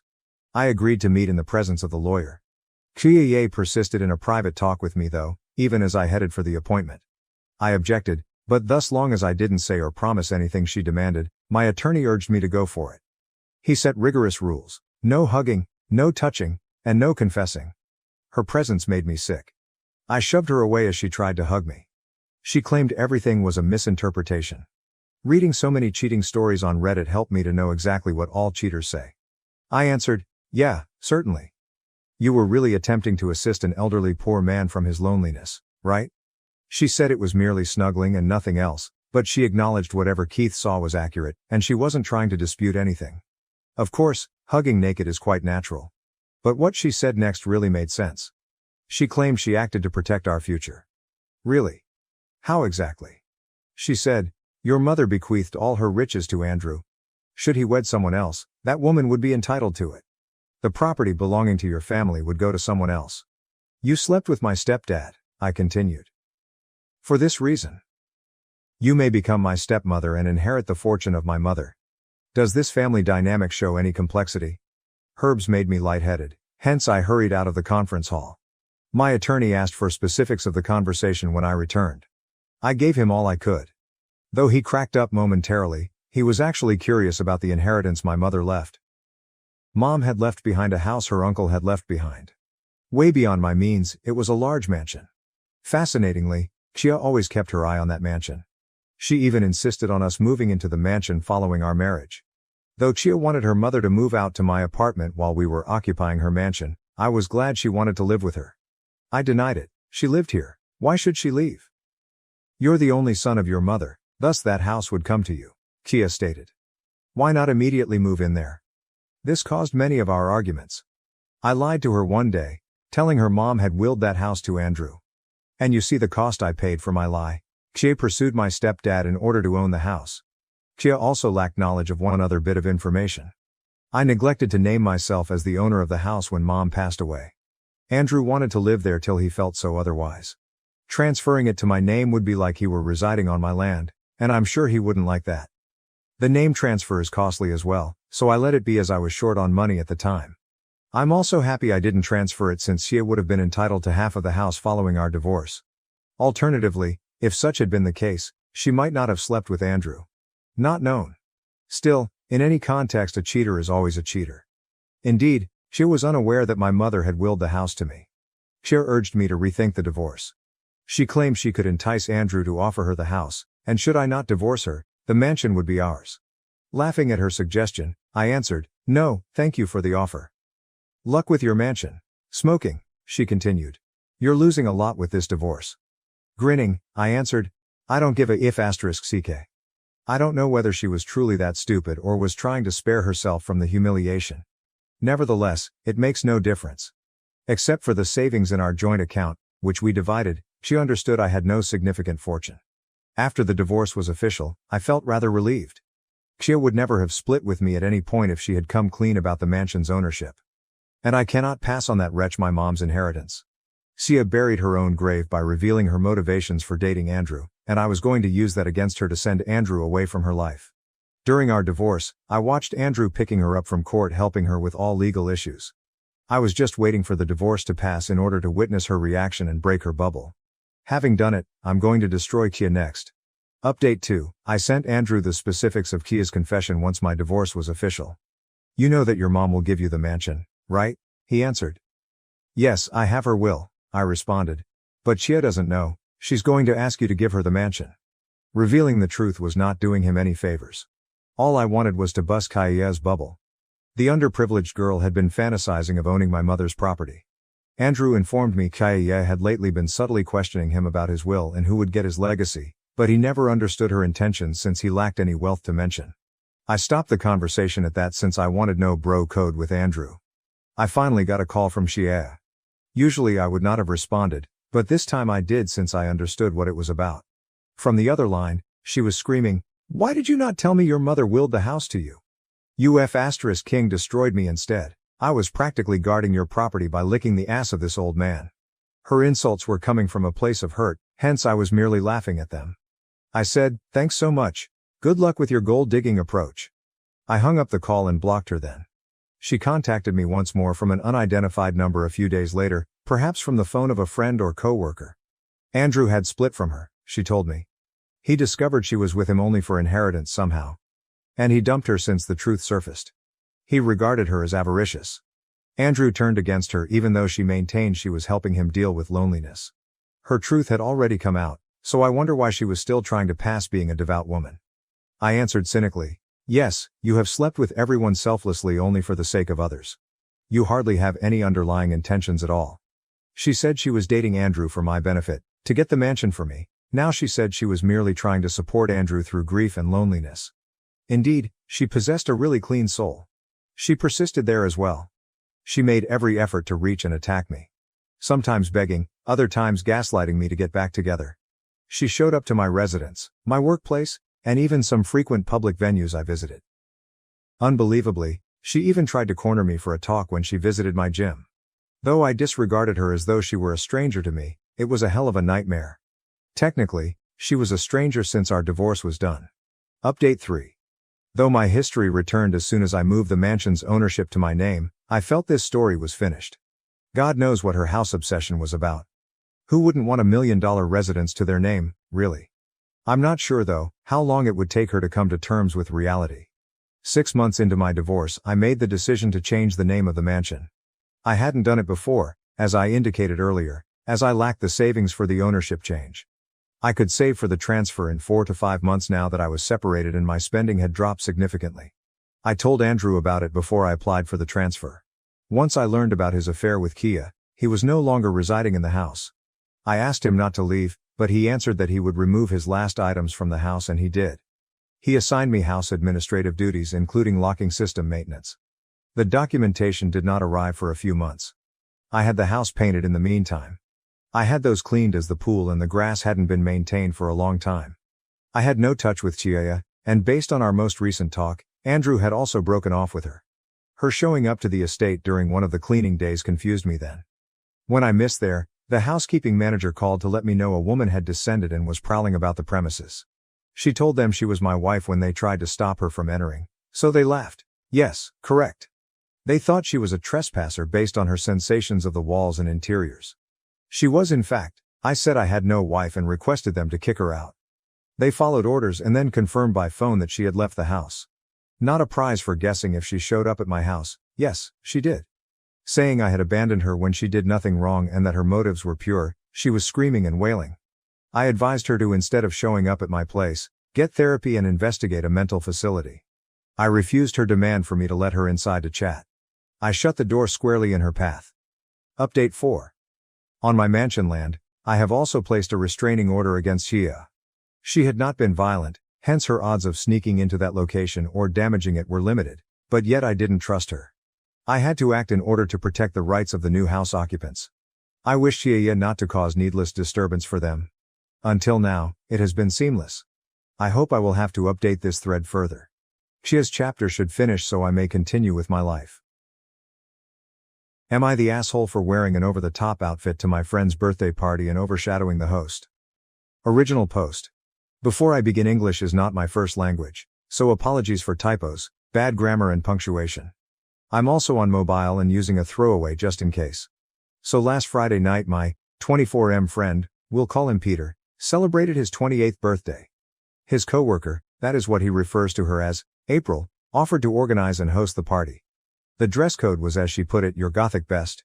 Peter loves anything morbid and macabre, so it would fit his taste perfectly. Now I prioritize comfort over looks, which leaves me dressing mostly in scrubs at work or sweats, and hoodies when I'm out and about. Hence April decided to remind me multiple times in an increasingly condescending tone to follow the dress code. So I did just that. I wore a black velvet trouser and waistcoat set with a white 18th century men's shirt, a pirate shirt if you will.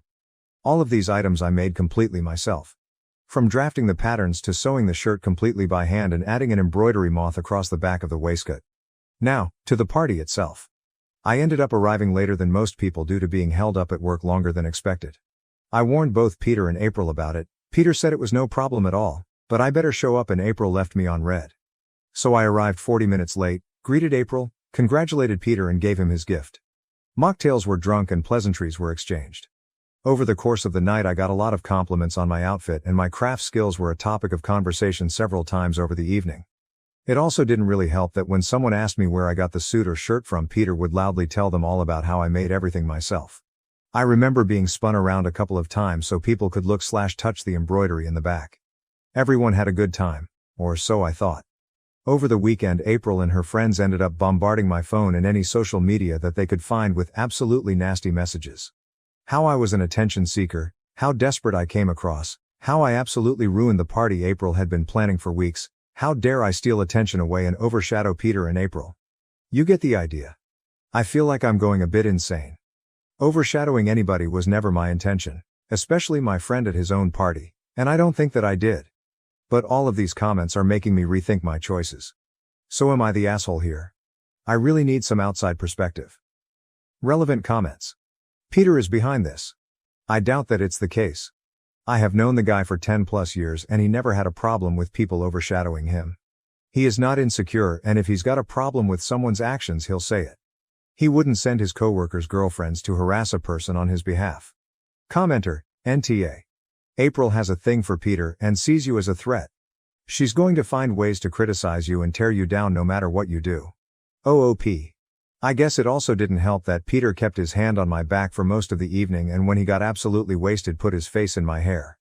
Commenter. So maybe it's not just April's imagination that you're a threat to her attempts to connect with Peter. OOP. I think the biggest threat is Peter being arrow ace and the way April behaves, not me. Commenter. Could he possibly be demiromantic? Because Peter's behavior that you're describing present as a little bit more than platonic. Keeping his arm around you, smelling your hair. Those are often actions, though not exclusively OOFC, exhibited by people towards a paramour, or crush, of some degree. And yes, April is the problem. OOP. According to him, he is arrow ace.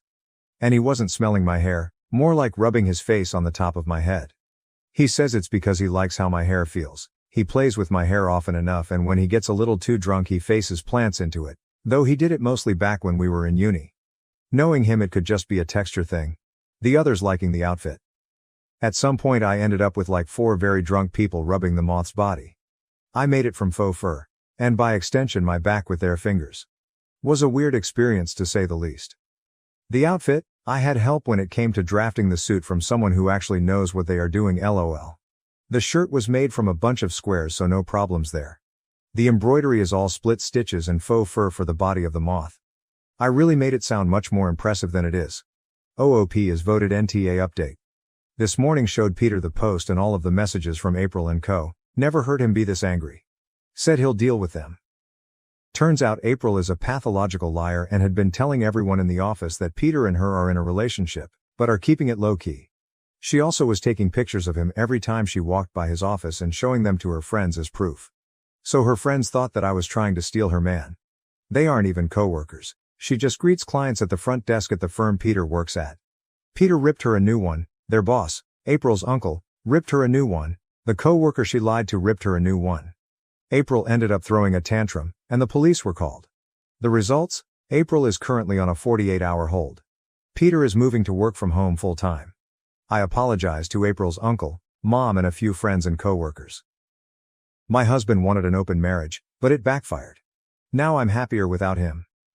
Original post. My husband, Leo, 34M, and I, 30F, have been together for 7 years, married for 4 of them. We don't have any kids and we don't intend to. 2 years ago, Leo asked me for an open marriage. I was devastated at the time.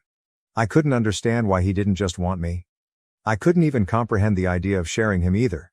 He gave me the same song and dance a lot of men give their spouses, swore up and down that he loved me. I just wasn't fulfilling his needs. He needed more than what I could give. It was just to spice up our life. It was just sex, etc., etc. I did ask if there was someone else. He said no. To this day, I'm still not sure if I believed him. But at the time, I was angry and hurt and said no. He pestered me to change my mind for a week before giving me an ultimatum. Open marriage or divorce? I chose the open marriage. I just couldn't bear the thought of him leaving me at the time. We have rules. We can't bring any partners home. We have to get tested for STD every 3 months. 1 weekend out of the month must be left free for us time. Any money we spend on with our partners must come from our personal accounts. I didn't partake in the open marriage myself for the first 3 months. Leo obviously did right away. He seemed to be gone or out late almost all the time, but he always acted so happy and loving towards me while I felt like I was dying inside. It killed me to think he was sleeping with other women, and I felt so lonely and unattractive and not good enough. I told my sister, Katie, 26F, and a few close friends everything. Katie told me to just play his game and be part of the open marriage too. If he can sleep around, so could I. I honestly didn't have much confidence in myself at the time. I'm a bit overweight and I've never considered myself conventionally pretty. I was afraid this would just humiliate me further. Katie and my best friend Jessie, 30F, set up my online dating profiles for me. I got so many matches that it was overwhelming. When I told Leo, he was surprised, but told me to do whatever I thought was best. Jessie helped me choose my first date, and I actually had a great time. He didn't pressure me for sex and took me out to drinks and dinner. We did have sex eventually, but it was all just casual and we didn't see each other after a couple months of casual dating. That first guy really made me feel more confident in myself. So I kept going on dates with men. A lot of them wanted to treat me, so I didn't have to spend much of my own money. Not only that, but some of the men have given me the best sex I've ever had in my life. Almost like the kind of sex you read in romance novels. It's been amazing. I am currently seeing 2 different men, alongside Leo. 1, Mark, 38M, is more of a steady boyfriend I've been with for about 6 months, and the one, Stephen, 25M, is very casual, mostly just hanging out and sex. They know about my open marriage, other relationships, and are fine with it. My husband has not been so lucky. In the beginning, he definitely was. He was always out and about and didn't seem to care even when I started dating too. But now he just complains a lot and hasn't been going out much. He whines about how he's usually the one spending money. A lot of the women he tries to be with want an emotional connection before sex. He often wants to be with younger women, but they want younger men. He's also been upset that I go out with random guys so often while he's at home alone all the time. He hasn't asked to close the marriage yet, but I feel like he will soon. He keeps saying he misses us and wants to spend more time together. He tried to initiate sex a lot more too. He wants to go on dates and go on vacations and all that stuff more and more, and he gets upset when I tell him I can't because I've already scheduled to do stuff with my partners, mostly Mark. Honestly, I don't think I love Leo anymore. I care about him, but I just don't love him. I'm not saying I love Mark or Steven, but I honestly feel closer to Mark nowadays than I do Leo. Mark makes me feel comfortable and safe, and I love spending time with him more than my own husband. Steven is funny and sweet and really good at sex. Katie and Jesse have been wanting me to divorce for a year now, but I was afraid of hurting him and thought I still loved him. But I think my love for him died when he asked for this open marriage in the first place. Seeing him get all pissy about it now just because he's not benefiting from it is also a turnoff for me too. But I don't know if divorce is the best option. I still care about him and I still don't want to hurt him. Maybe if he finally asked to close the marriage, we can talk about it then. Relevant comments. Comment 1. Divorce. You're happier without him. He would only want to close the marriage because he can't get laid, not that he only loves you. OP, we've just been together for so long that the idea of him not being there feels weird. Which sounds stupid since I have 2 other partners, so it's not like I'll be lonely. But Leo was a part of my life for so long that for him to not be there just doesn't feel right. But you're probably right. OP on her husband dismissing her feelings regarding the open marriage. OP, I really do think Leo does love me, in his own way. Even when he was more active in the open marriage, he still made time for me and still did a lot with him, for me. But you're probably right on the divorce. Comment 2. Part of the issue is the main relationship is supposed to be the important one, so the whole 1 weekend a month for us time wasn't enough. OP, I actually did argue that in the beginning, but he insisted that he needed to keep his weekends free. He did spend a lot of time at home during the weekdays, so in his mind, that made up for it. Comment 3. What if he finds evidence of your open marriage and frames you as a cheater and then brings you to the cleaners? At this point, I wouldn't trust Leo. What you're experiencing is normalcy, you're used to his presence in your life, but how long are you going to live like this? OP, Jesse had the same train of thought of you and actually took screenshots of his dating profiles during the beginning of the open marriage. She also told me to save screenshots of any texts we had about the open marriage. I don't think Leo would do that, but I also didn't think he'd ever ask for an open marriage, so what do I know? Update 1. Hi everyone. I got so many comments and messages on my last post, which got deleted for some reason, that I was a bit overwhelmed. Especially when a lot of you kept saying the same thing, divorce, divorce, divorce, but the thing is, I think a part of me still loves my husband. I know in my last post that I didn't think I loved him anymore, but I can't just forget about the things that I do love. I love when he sings in the shower. I love when he laughs so hard he snorts. I love when he kisses my forehead when I've had a bad day. I love when he holds my hand when he watch TV together. Leo has done a lot of shitty things, but he really isn't the big asshole people think. Maybe that was my fault. But even if I do still love him, I'm not in love with him anymore. I don't think I have been for a while. I care about him, a part of me does still love him, but you all were right. I should have just divorced him when he gave me that ultimatum in the first place. This past Saturday, we had the big talk. I initiated it, but he didn't seem too surprised. I just told him that I noticed he didn't seem to like me going out with Mark or Steven and asked if there was a problem. He said there was. But he didn't ask me to close the marriage. He just asked me if I still loved him. I said something like, not like I used to. He broke down crying, which made me cry. I guess he had known for a while that I wasn't in love anymore, but he had hoped he could win me back if he funneled all of his energy into me. I was honest and told him that during those first 3 months of our open marriage, I think my love for him died and I just couldn't get it back. I did tell him that I still cared about him and that I did love him, but it's not the same as it was. He asked if I loved Mark or Steven, and I said no. I like being with them and I care about them a lot, but I can't say I'm in love with either of them. I also finally asked him why he wanted an open marriage in the first place. A lot of you in the comments said he already had someone lined up and you were right. He had someone at work he was interested in and she wanted him too. The open marriage was just to get permission. He honestly never expected me to also get my own partners because of how unconfident I was, but he didn't want to stop me either because he thought nothing would come of it.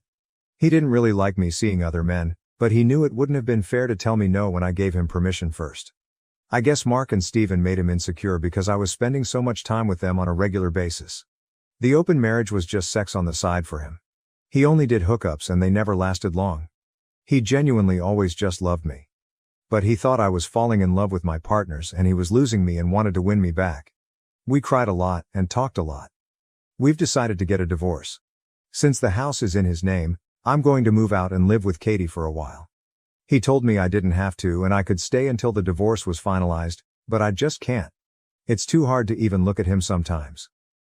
I don't know how I feel, to be honest. I thought I would be relieved or sad, but I'm just tired.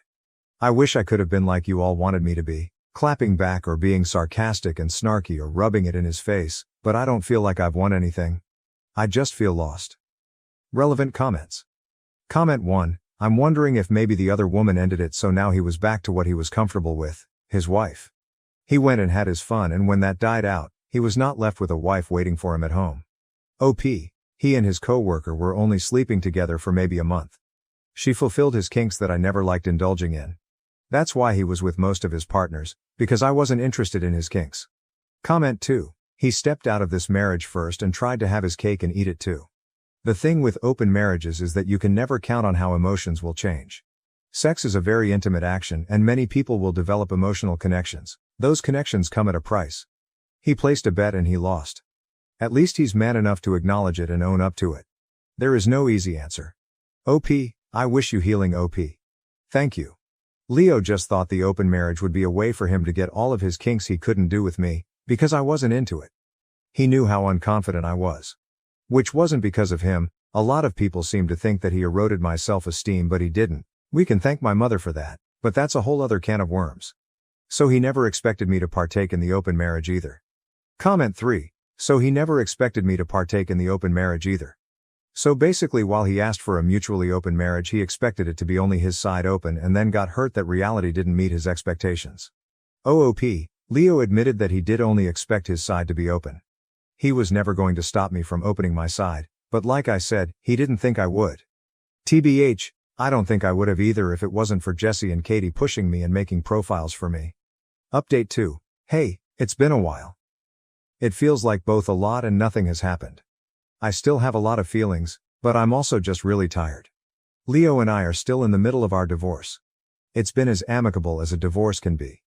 Since we mutually agreed to it and we had a prenup, it's been pretty easy splitting everything else 50-50ths. My lawyer says I should be divorced by the end of the year. Leo is insistent on giving me alimony, but I'm not really interested. Thanks to a lot of people making me think about Leo's explanation for the open marriage, I did approach him about it again and asked him to be 100% honest with me about that girl from work. He admitted there was more to it than he admitted. This is what he explained to me, and I have decided to believe him. Even if he's lying, it doesn't really matter anymore since we're getting divorced. I also just have little energy to care about the details at this point. According to him, this is the timeline. He was posting on Reddit about his kinks for advice and such, which I did know about beforehand. He was getting messages from this one user and they just kept talking back and forth. He mentions my name to the user in a conversation, which he let me read. During his lunch break, his coworker, I'll call her Mary, approaches him and asks if he uses Reddit and asks about his handle. He confirms, and then Mary tells her he's the user he's been talking to. They start talking more and more in real life as friends and eventually start talking through IG. He also showed me these conversations. The conversations were mostly just memes and jokes with occasional flirts, mentioning of kinks. At one point, she says it's too bad he's not single. This is when he decided to demand the open marriage, because Mary was clearly into him and into the same kinks, and she could sexually satisfy him since I was unable to. That's how he basically said it anyway. Truth be told, we did have some bad difficulties before the open marriage was brought up. I'm very vanilla, and he discovered his kinks after we were married. I tried them all for him, but I just couldn't get into it and he didn't like seeing me struggle, so he didn't try to bring them into the bedroom again after it was obvious I didn't like it. So we did have sexual compatibility issues. Maybe we were doomed to fail even without the open marriage ultimatum. Our families, outside of my sister, were shocked when we told everyone we were getting a divorce. They always thought we were so happy and in love. My mom blames me, which I expected, but it still hurts. They don't know about the open marriage and Leo and I plan to keep it that way. I think he is ashamed to tell them. I am too if I'm being honest. I really thought Leo was the love of my life. He was my first for almost everything. I said we were together for 7 years, but we were friends since college. I've known him for nearly 12 years, and we're about to become strangers soon. I still mourn my marriage, even though Katie and Jesse keep telling me this is for the best. They're both definitely thrilled, they don't hide it, but they also know this has been a weird time for me. I just don't know how to feel. I thought I would feel free or relieved or heartbroken or something, but I just feel weird. Like I lost a part of myself and I don't know how to get it back. I'm still living with Katie, but I'll be moving out soon. I found a 1-bedroom apartment that's near Jesse, so I won't be completely alone. Mark offered to let me move in with him, but I declined. Honestly, we're kind of on standby. He knows I'm having a hard time processing my feelings about my husband and the end of my marriage. I think he wants us to be official, but I don't know. I really do like Mark and I don't want to lose him, but I feel like I need to figure myself out first. As for Steven, we ended our relationship at the beginning of August. He got a job offer in another state and took it. Even though it was casual, I did cry a little. Steven is a great guy. Whenever he does decide to settle down into something serious, the woman who gets him will be a lucky one. We've been texting here and there, but it's mostly just sending each other TikToks and polite, "Hope you're doing well" messages. Some people asked me if I wanted to go back to monogamy, even after experimenting and clearly getting into this poly relationship I had going on. And the answer is yes, I do. Even though Mark and Steven were great and I met plenty of great guys during my open marriage, I don't know if I've really been happy with myself or my choices. I also think I felt guilty a lot too, like I was somehow cheating on Leo, Mark and Steven even though it was all consensual. Polyamory and open relationships may work for some people, but it's really just not for me. Jesse says I need to get a therapist.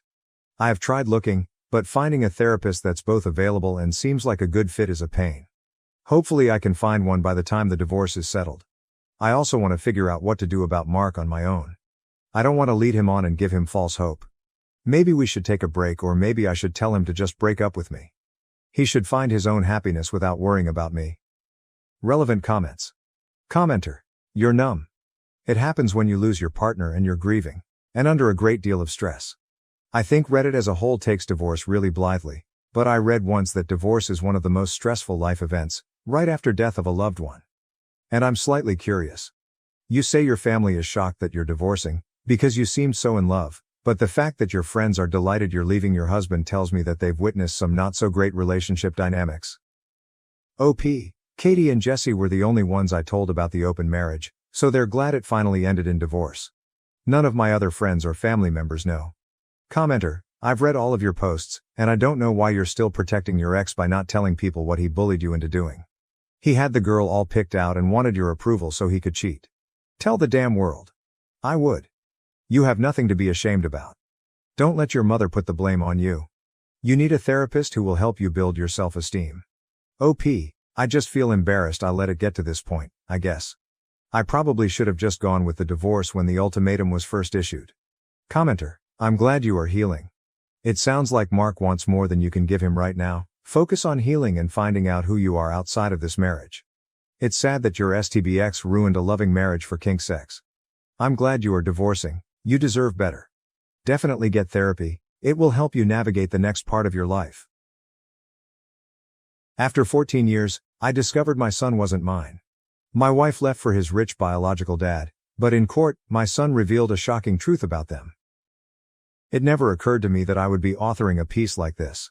My entire world has been turned upside down, and I am having a hard time making sense of all that has happened. My guess is that I ought to begin at the very beginning. Before yesterday, I was under the impression that my life was going very well. I am a man who is 35 years old. My wife Rebecca and I have been married for 14 years, and we have a son named Adam who is also 14 years old. When Rebecca got the news that she was expecting, we decided to be married. Although I had no intention of becoming a father, I was delighted to take on the role. I have loved Adam with every single fiber of my being ever since the minute he was born. I witnessed his first steps, his first words, and every other significant moment that has occurred since then. For the purpose of ensuring that we had sufficient funds to provide him with a pleasant life, I worked 2 jobs. Although it was not always simple, I never once grumbled about it. Isn't that what fathers are supposed to do? I made it a point to constantly strive to be the best possible father I could be. In addition to attending all of Adam's soccer games, I assisted him with his homework and gave him instruction on how to ride a bike. Every year throughout the summer, my kid and I would go on camping excursions together, just the 2 of us. In my entire life, those were some of the most memorable moments. Despite the fact that I was not flawless, I always prioritized my family. I went to great lengths to ensure that Adam had everything he required for school, even if it meant there were occasions when I had to skip lunch at work. For his birthday the previous year, I put up money for months in order to purchase him the most recent gaming machine. When he opened it, the expression on his face was worth every extra shift that I worked over and over again. Just like any other relationship, Rebecca and I had our share of highs and lows, but I always assumed that we were content. In the month prior, we celebrated our 14th wedding anniversary by having a delicious meal at our house. Even a card was designed for us by Adam. Our refrigerator still has it, or at least it did before. Yesterday began in the same manner as any other day. First thing in the morning, I went to my first job, and then in the afternoon, I did my second job. I was looking forward to making it home and eating dinner with my family when I finally arrived. Nevertheless, I saw that something was odd when I stepped through the door. The house had an excessively low volume. The majority of the time, Rebecca would be in the kitchen, while Adam would be either watching television or playing video games. On the other hand, there was nothing. There were no sounds, and there were no smells, just quiet. Although I yelled out for them, there was no response to my appeal. I went to Adam's room, thinking that perhaps he was doing so because he was wearing headphones and couldn't hear me, but his room was completely vacant. It was missing a few of his favorite books and some of his favorite outfits. As I made my way to our bedroom, my heart began to beat really fast. After that, I noticed the note that was sitting on the bedside table. Rebecca's handwriting was clear and legible. It was difficult for me to pick it up and begin reading since my hands were shaking. During the time that has passed, the contents of the note have been playing over and over again in my head. Rebecca informed me in writing that she and Adam were going to leave me. That, however, was not even the most terrible aspect. The fact that I am not Adam's biological father was disclosed by her. It was just before we started dating that Rebecca had a brief relationship with another man, as stated in the note. When she discovered that she was pregnant, she took it for granted that it was my child. According to her, she was able to persuade herself that it was genuine because she desired for it to be true. However, suddenly, after a period of 14 years, Adam's biological father had returned to the conversation. As Rebecca wrote, he expressed his want to be a part of their life and she had made the decision to provide him with the opportunity to do so. Adam, she added, deserved to know who his biological father was. It seemed as if I was unable to take a breath. This place was whirling around. I made my way to the bed and sat down, attempting to make sense of what I had just read. What the heck might be going on here? What could Rebecca possibly have done to me, to us? As I continued to read the note, I hoped to find some explanation that would make sense of everything that was going on. Rebecca expressed her regret in writing that she had lied for all of these years. In spite of the fact that she was aware that it was unethical, she stated that she was afraid of losing me and of being a single mother. In her statement, she asserted that Adam's biological father was prosperous and had the ability to provide them with a better life. In her letter, she mentioned that Adam was looking forward to meeting his biological father and beginning a new life. It was that particular region that caused the most pain. For the past 14 hours, I have been attempting to make sense of everything that has happened. I've experienced every feeling that can possibly be imagined, including shock, anger, despair, and betrayal. Over the course of the past day, I have shed more tears than I have in my whole life. Every time I think about Adam, I am reminded of all the times we have spent together, such as when I taught him how to tie his shoelaces, when I stayed up all night to cheer him on during his soccer games, and when I stayed up all night when he had the flu. Were all of those memories a fabrication? I can't help but wonder whether Adam ever had any suspicions about anything. Did he ever get the impression that I wasn't his true father? Did Rebecca ever make a passing reference to it? It seemed like we had a wonderful relationship, but now I'm having second thoughts about everything. I have attempted to contact Rebecca and Adam by calling and messaging them, but both of their phones are currently turned off. I went so far as to drive by Rebecca's parents' house, just in case they were there, but there was no indication that they were there. I have the impression that my entire life has been a lie. Having been a husband and a father for the past 14 years, I have devoted my entire existence to these roles. I've put in a lot of effort to make sure that my family is taken care of, and now, in the blink of an eye, everything that I've paid for is gone. I have no idea what to do at this point. Without them, the house has a certain emptiness about it. Due to the fact that I am unable to concentrate on anything, I have taken a few days off from work. All the while, I keep praying that this is all just a nightmare and that when I wake up, I will find them here. For my family, there is a part of me that wants to fight. Even though Adam is not my biological son, I have been his parent for the past 14 years. Isn't that something that should be considered? However, when I consider the fact that Rebecca has betrayed me, I find myself wondering if I will ever be able to trust her again. The idea of employing a lawyer has crossed my mind, but I have no idea how to get started with the process. As Adam's non-biological father, do I have any rights or responsibilities? Do you think Rebecca could just take him away like this? It is so overwhelming and I feel so lost.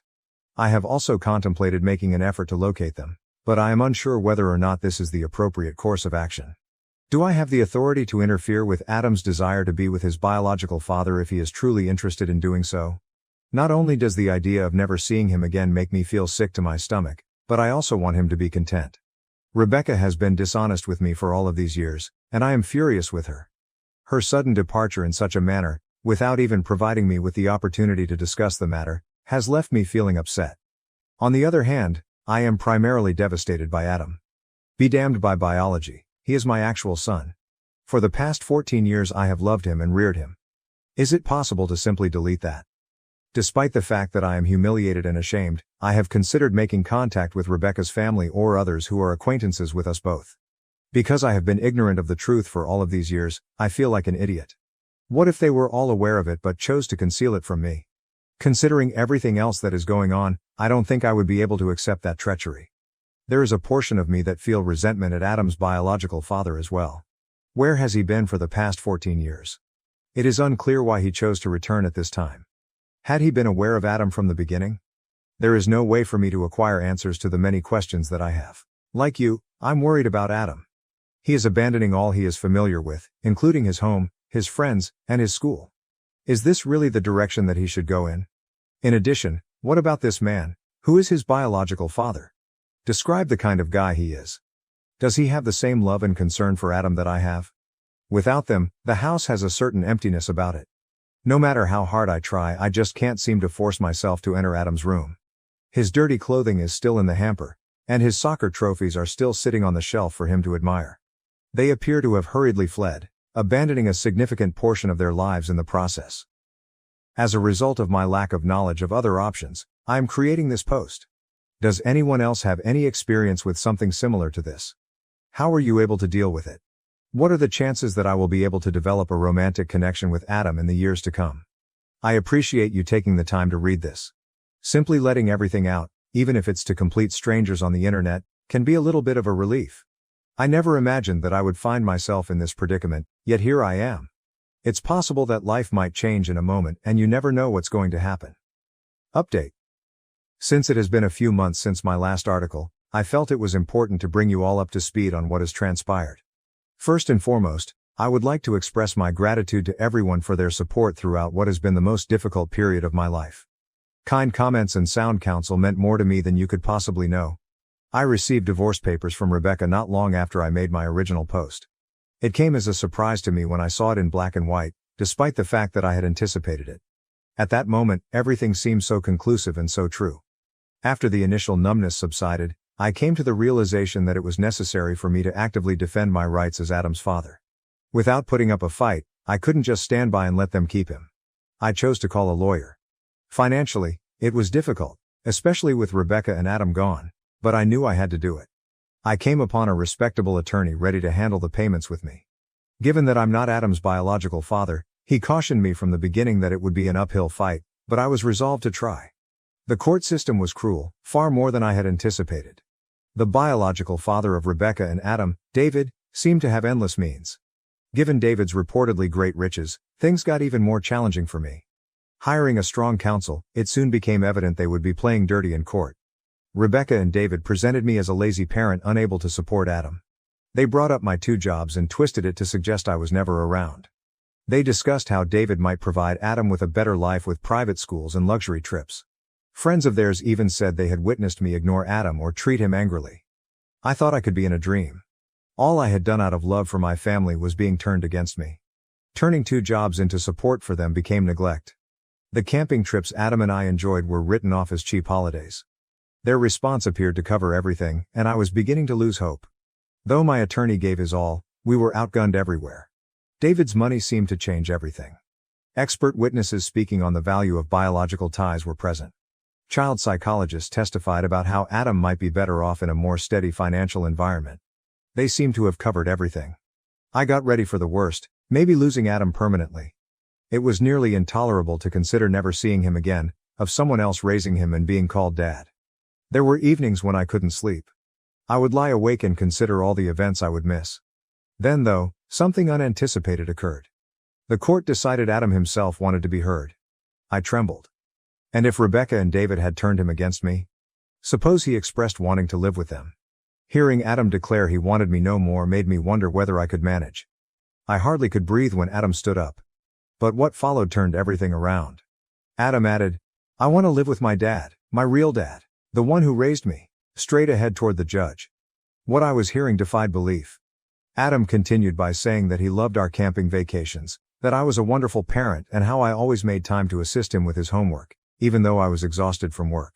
He spoke of how I taught him to ride a bike, how I never missed a soccer game, and how I always made him feel loved and supported.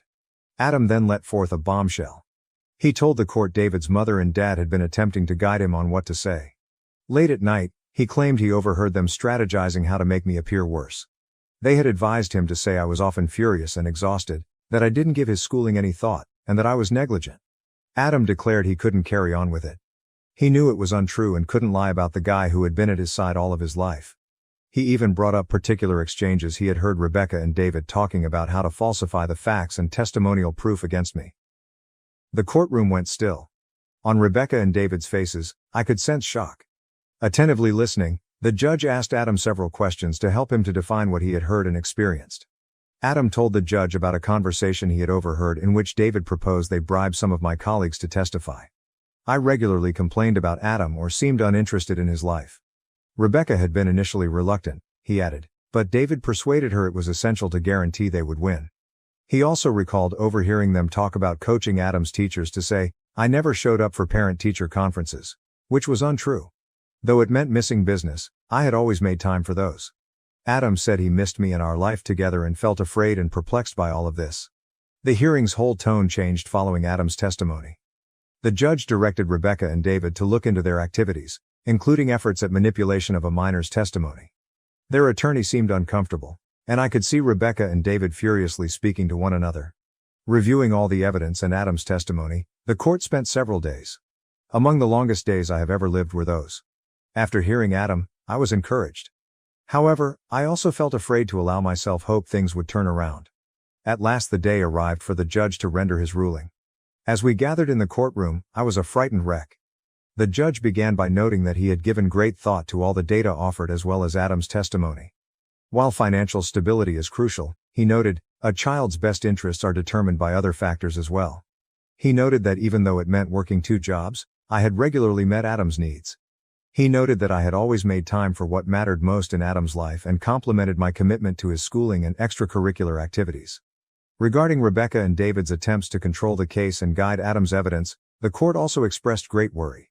This, he claimed, indicated a disrespect for Adam's emotional health and begged questions about their parenting competency. The judge decided at last to award me complete custody of Adam. He added that Adam's wishes and well-being came first and that it was obvious I had been a caring and committed father. He said years of love, care, and dedication define the link between a parent and their child more than just biology. With regard to the divorce, it was approved. I had no want to stay married to Rebecca after all that had happened. Given their attempts to control the case, the judge additionally mandated Rebecca and David pay my legal fees. The comfort and happiness I experienced upon the judge's judgment is difficult to articulate. I started crying as Adam hurried to embrace me. It was as though a weight had been offloaded from my shoulders. I felt as though I could breathe once more, first in months. The last few weeks have been spent learning about our new normal. Adam and I share an ancient house. Financially, it's challenging, but we're making it work. I have to cut back on some things, but Adam knows. He even volunteered to contribute by working a part-time job, but I advised him to concentrate on school and growing up. Adam has been quite remarkable over all of this. He's in therapy to help him sort through all that's happened. I find great pride in his maturity and fortitude. We have had some lengthy conversations on family, faith, and what it means to be a parent. Though it hasn't always been simple, I believe our experience is helping us both grow. Rebecca and David have visiting rights. Adam has made it plain he does not want to see them right now. I'm letting him lead on that. I wouldn't want to put him in any scenario he finds uncomfortable forced upon him. When Adam feels ready, the therapist has advised we go slowly and perhaps begin with supervised visits. Personally, I'm in therapy trying to sort out the stress of the past few months and the betrayal. Though it's not simple, I'm going day by day. I'm beginning to believe once more that even in the worst of circumstances good things can happen. I had to adjust somewhat at work. My managers have been understanding when I presented the circumstances. I have cut back on some hours to be home more with Adam. Though monetarily tighter, Being there for Adam is well worth it. We are gradually coming to our new rhythm. Most evenings today, Adam and I make dinner together. Though we're both really bad at it, we're learning and having a lot of fun throughout. Starting a weekly movie night, we are working through all the classic movies I liked growing up. I want to thank everyone who helped and advised me on my first post. Sometimes the only thing keeping me going was your nice comments. To anybody else experiencing something like this, keep on. The truth finds a way to surface. I am looking forward to the future, as is Adam. Just the two of us enjoy old times, hence this summer we are going camping. It excites both of us as an opportunity to reconnect and create fresh memories. Still difficult are the times ahead. I know there will be difficult days when the hurt and resentment return. Adam and I can, however, also conquer anything together.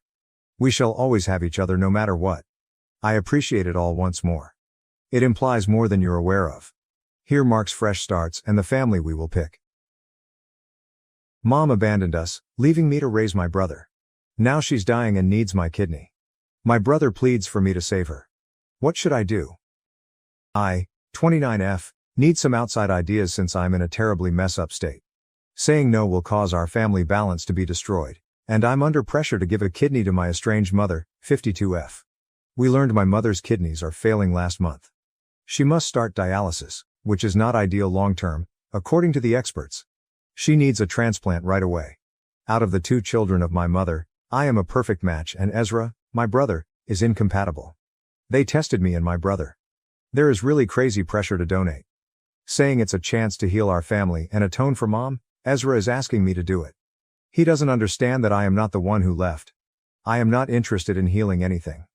It was not me that decided on drugs instead of family. It feels like a smack in the face when he asks me to save the mother he hardly knew at the price of the sister who reared him. Though my dad, 54M, is not directly pressing me, I can see optimism in his eyes. Though he claims he will help whatever I decide, it is clear he wants me to do it. It makes me ill since he is dreaming of having his lovely family returned. Mom hasn't straight up asked me for the kidney, but every time I see her I can sense the question hovering about.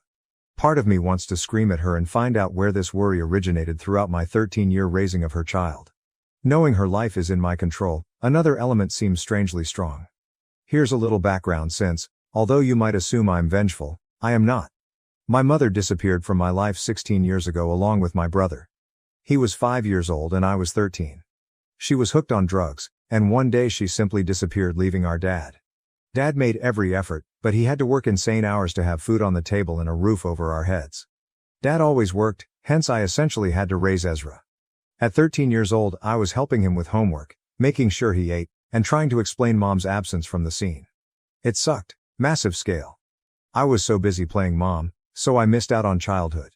Growing up, I was furious with everyone. Mad at Mom for leaving, mad at Dad for not being there enough, mad at Ezra for needing me so much, and mad at myself for not being able to make everything right. While I was figuring out how to split a package of mac and cheese into 2 meals, I saw other children lead typical lives. Ezra found it easier.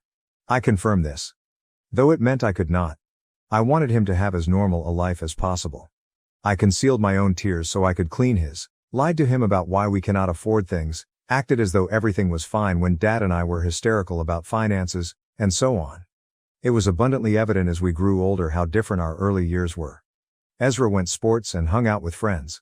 I was too busy becoming a mini adult to engage in any of that. This widened our gulf greatly and got more pronounced with time. Dad was doing his best, I understand now, but back then it felt as though both of my parents had dropped me. Though it still stung, I know Dad had to decide between being here physically and ensuring we wouldn't go without food.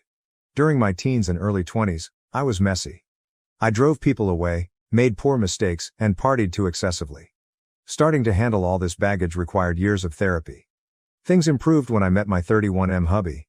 Though he has been quite patient and sympathetic, my prior problems surfaced even with him. I panicked out when he initially discussed starting a family. Being in charge of a child brought back all these ancient anxieties. We worked for 2 years to reach a point where I felt okay about trying for a baby. 6 months of trying have gone by now. This is now when my mother came back. She simply showed up on my dad's doorway brilliantly and early, like an abandoned child at an orphanage. Not wasting any time, my father allowed her in and summoned Ezra and me in for a family meeting. My mother struck me as a stranger. She wanted to write things and said she was clean. Though Ezra was all for it, I was dubious as heck. It was simpler for him to forgive her as he cannot recall the worst of times she spent doing drugs. I saw it. My mother was my personal hell. Still, my dad urged us to give her some time, which infuriated me. Though I stayed away for their family reunion, I could tell he was eager to see the lady he used to love. Before I left, I hardly spoke a word to my mother. Living with my dad once more, during the last few months, my mother has been working to mend connections with us. She kept her cleanliness, found employment and expressed regret for her actions, but for me it is too little too late. I have been polite, but I cannot regard her as my mother anymore. That dumb fool Ezra wholeheartedly accepted her return. He always talks about the fun they spend together and how wonderful it is to have a mother once more. It triggers my desire to yell. Like he has forgotten all I did for him, all we went through. Boom, my mother was diagnosed, so I tried to pay attention to my life and not worry. Ezra was crying. My father was crying. And I wished I could have been anywhere else but that hospital room. Indeed, Ezra was keen to be a donor when the doctor discussed the complications of dialysis and the large transplant list my mother would have to join. I agreed with his choice, but he hauled me along too when he was checked for compatibility and I turned out to be the ideal fit. Not signing the organ donation form, I hurried out of the hospital right away. Why ought I to sign it? Right now, my father and brother claim I have an unforgiving attitude and a stone heart. Instead, they are rallying around my mother and neglecting me. Although my husband swears he will support me no matter what, I can see he is anxious. He has been excellent through all this. He worries about the surgical hazards and how they might interfere with our intended baby-bearing plans. He also notes how hard I have worked in therapy and doesn't want anything to reverse all that improvement. To add to the craziness, my aunt, Mom's sister, 50F just called tonight.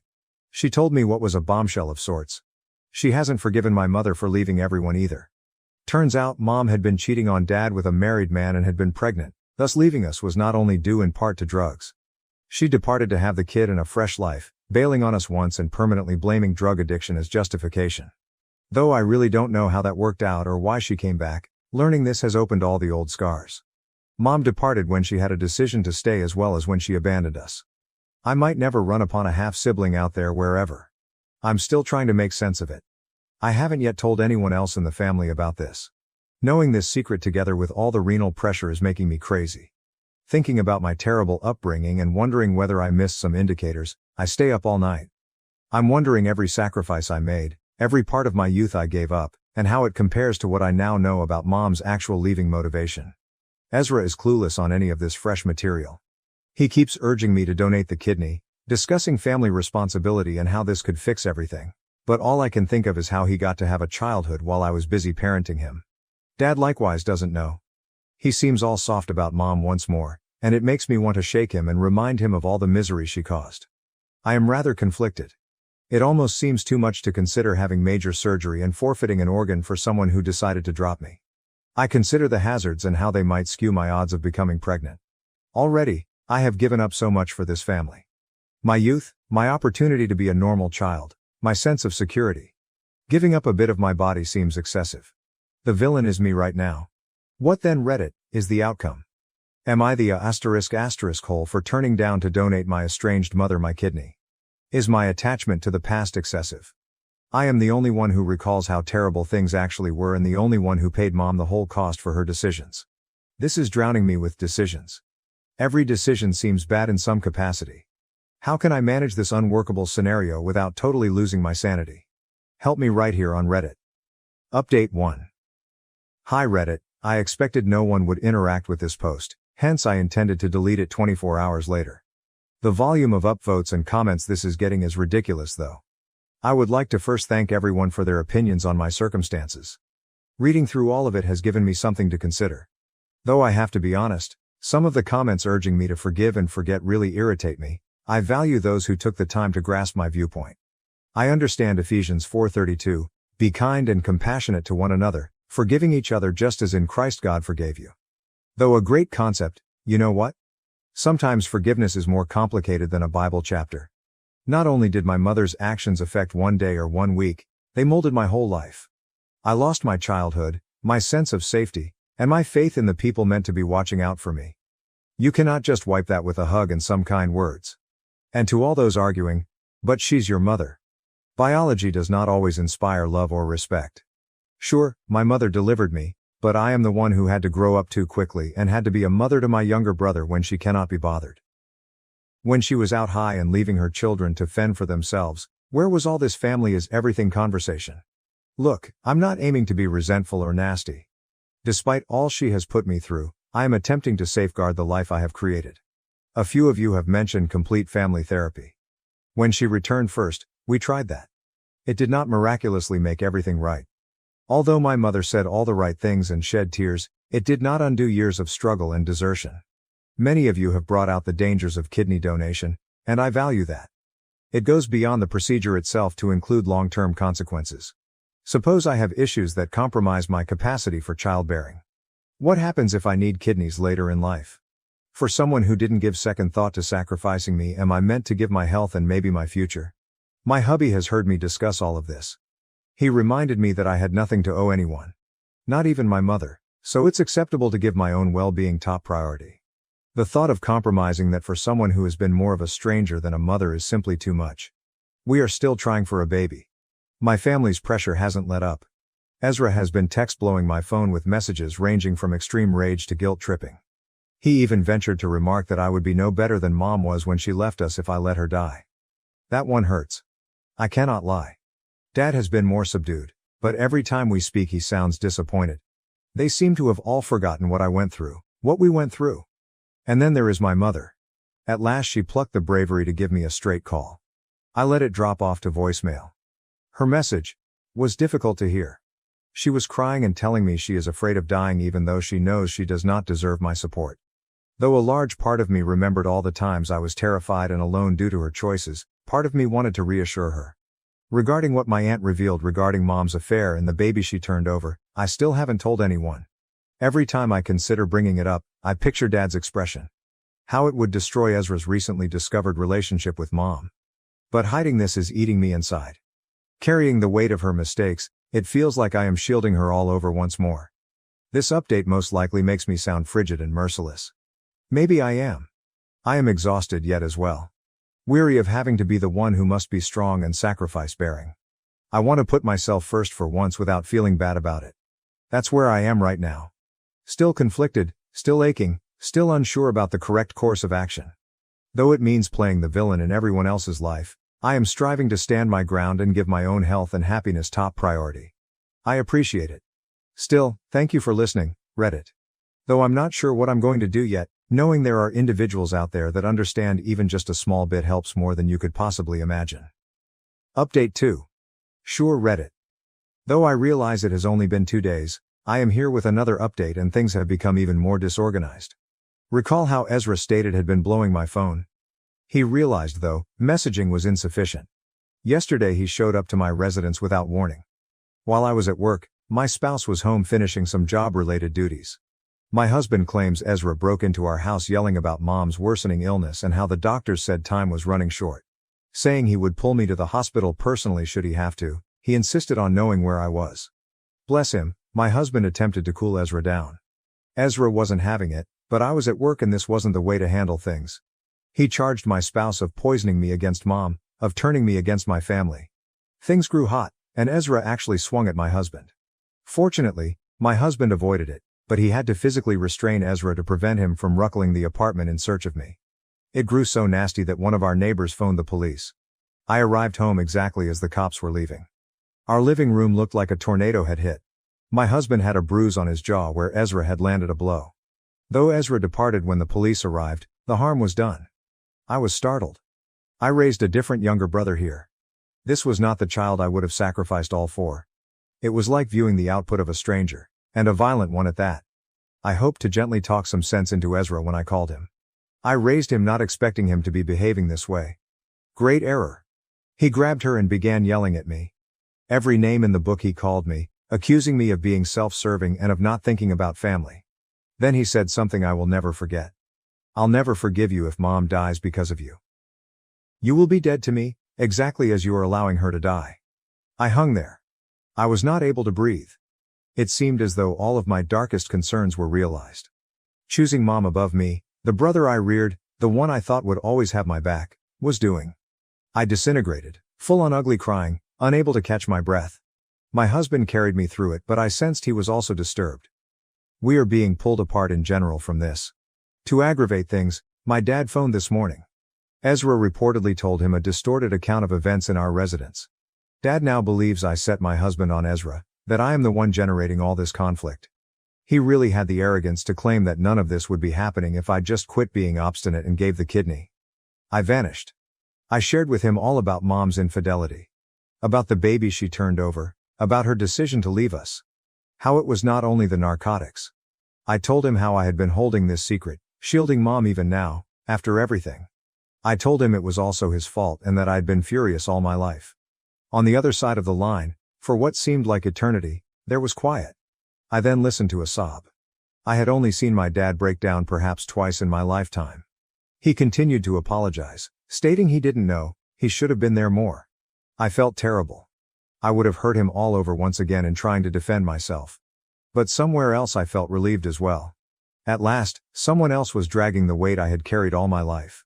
Ezra sent me many texts once we hung up. Dad had contacted him and shared everything. Right now, Ezra's song has totally changed. Apologizing, he said he didn't understand and begged me to pardon him. I'm not sure though, whether I can. I cannot simply ignore the things he said or the way he behaved. Mom has been blowing my phone too. Dad ought to have confronted her about the affair back then as well as the child. Her messages combine calls to understanding with apologies. She is stating she changed and was young and afraid. Young indeed. Dad and brother are still adjusting, looking after her daily. All I can think is, where was this empathy when I was young and terrified? I feel as though I am drowning. Mom's health is declining, Dad's messy, and me? I am merely trying to maintain above water. Not sure what to do going forward. Some of me wants to flee, to vanish as Mom did all those years ago. That is not the solution, but I know. I have too long been gathering the fragments of her errors. I'll create different ones instead. I'm now off from work for some time. To help us to clear our brains, my husband and I are considering a little trip. Except for Dad's, I have blocked every number. I need room to consider what I want and what I need. I'm not sure whether I will ever offer that kidney. Even if I wanted to, the way things are currently makes me not sure I could manage to be in the same room as my family long enough to accomplish it. That brings us to the present situation. The state of my family is disorganized. I'm left wondering if there's any way to sort this mess, or if it's even worth trying, because my brother has exposed a side of himself I never knew existed. I appreciate you paying attention, Reddit. About if I should update once more, I'm unsure. I might even pull the original post. Right now though, I simply have to concentrate on healing. Not only for my mother, but also for me. Final update. Alright Reddit, my last update was some time ago, hence a lot has changed. 3 months following the surgery, I'm writing from home. You did really read correctly. My mom received my kidney donation. Given how fervent I was about not doing it before, I know many of you would find this shocking. I am still processing it personally, believe me. One thing should be clear though, I chose this. Nobody put pressure on me. Not my mom, not even my dad, not Ezra. My spouse and I spent some time away following my last update and discussed it. We leased a cabin in the mountains, no cell service, no internet, just us, nature and lots of time to reflect. Although I kept having nightmares and knew I would never forgive myself if I did not at least try to help, being away from the turmoil helped clear my thoughts. The idea of my mother dying and of having that on my conscience was intolerable. I came to see that I was furious at the world, at the unfairness of it all, not just at my mother. And clinging to that rage was causing more damage than anyone else could have. I told my spouse my choice when we returned. Though concerned, he was also encouraging. We visited with the doctors, gathered all the data, and began the process. I will not lie, it was not simple. The operation was difficult, and the healing was more so. You know what though? I have not come to regret it. Not because it instantly corrected everything. Rather, I feel at peace with myself for the first time in years. I ran across my mother before they wheeled us in on the day of the procedure. She was weeping and repeatedly thanking me. I told her the truth, that I was acting for me as much as for her. I could not forget, I'd just forgiven her.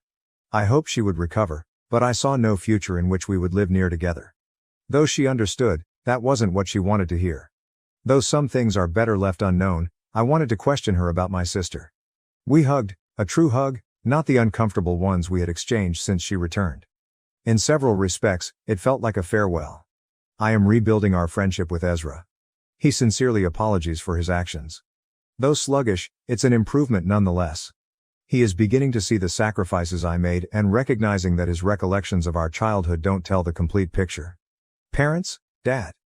Dad has been right by everyone's side during all of this. He is also juggling his own shame and regrets. We now find ourselves getting closer in a manner not seen in years. He shares with me his pride in me, not only for the gift but also for the person I have grown to be despite all. She has been amazing. From the choice until the rehabilitation, he was there at every stage. We have a closer relationship than ever. Regarding myself, I am healing in several different ways. Though the physical rehabilitation has not been simple, the emotional weight I have carried for years seems less. Not foolish enough to believe everything is wonderful right now. My gloomy days and my periods of uncertainty still exist. Still, I'm glad of myself for choosing to be true to who I am, not someone else wanted me to be. To each of you who helped me along this road, thank you. Your comments and your understanding meant more than you could possibly know. Remember, forgiveness is personal and healing is not straightforward. Reddit.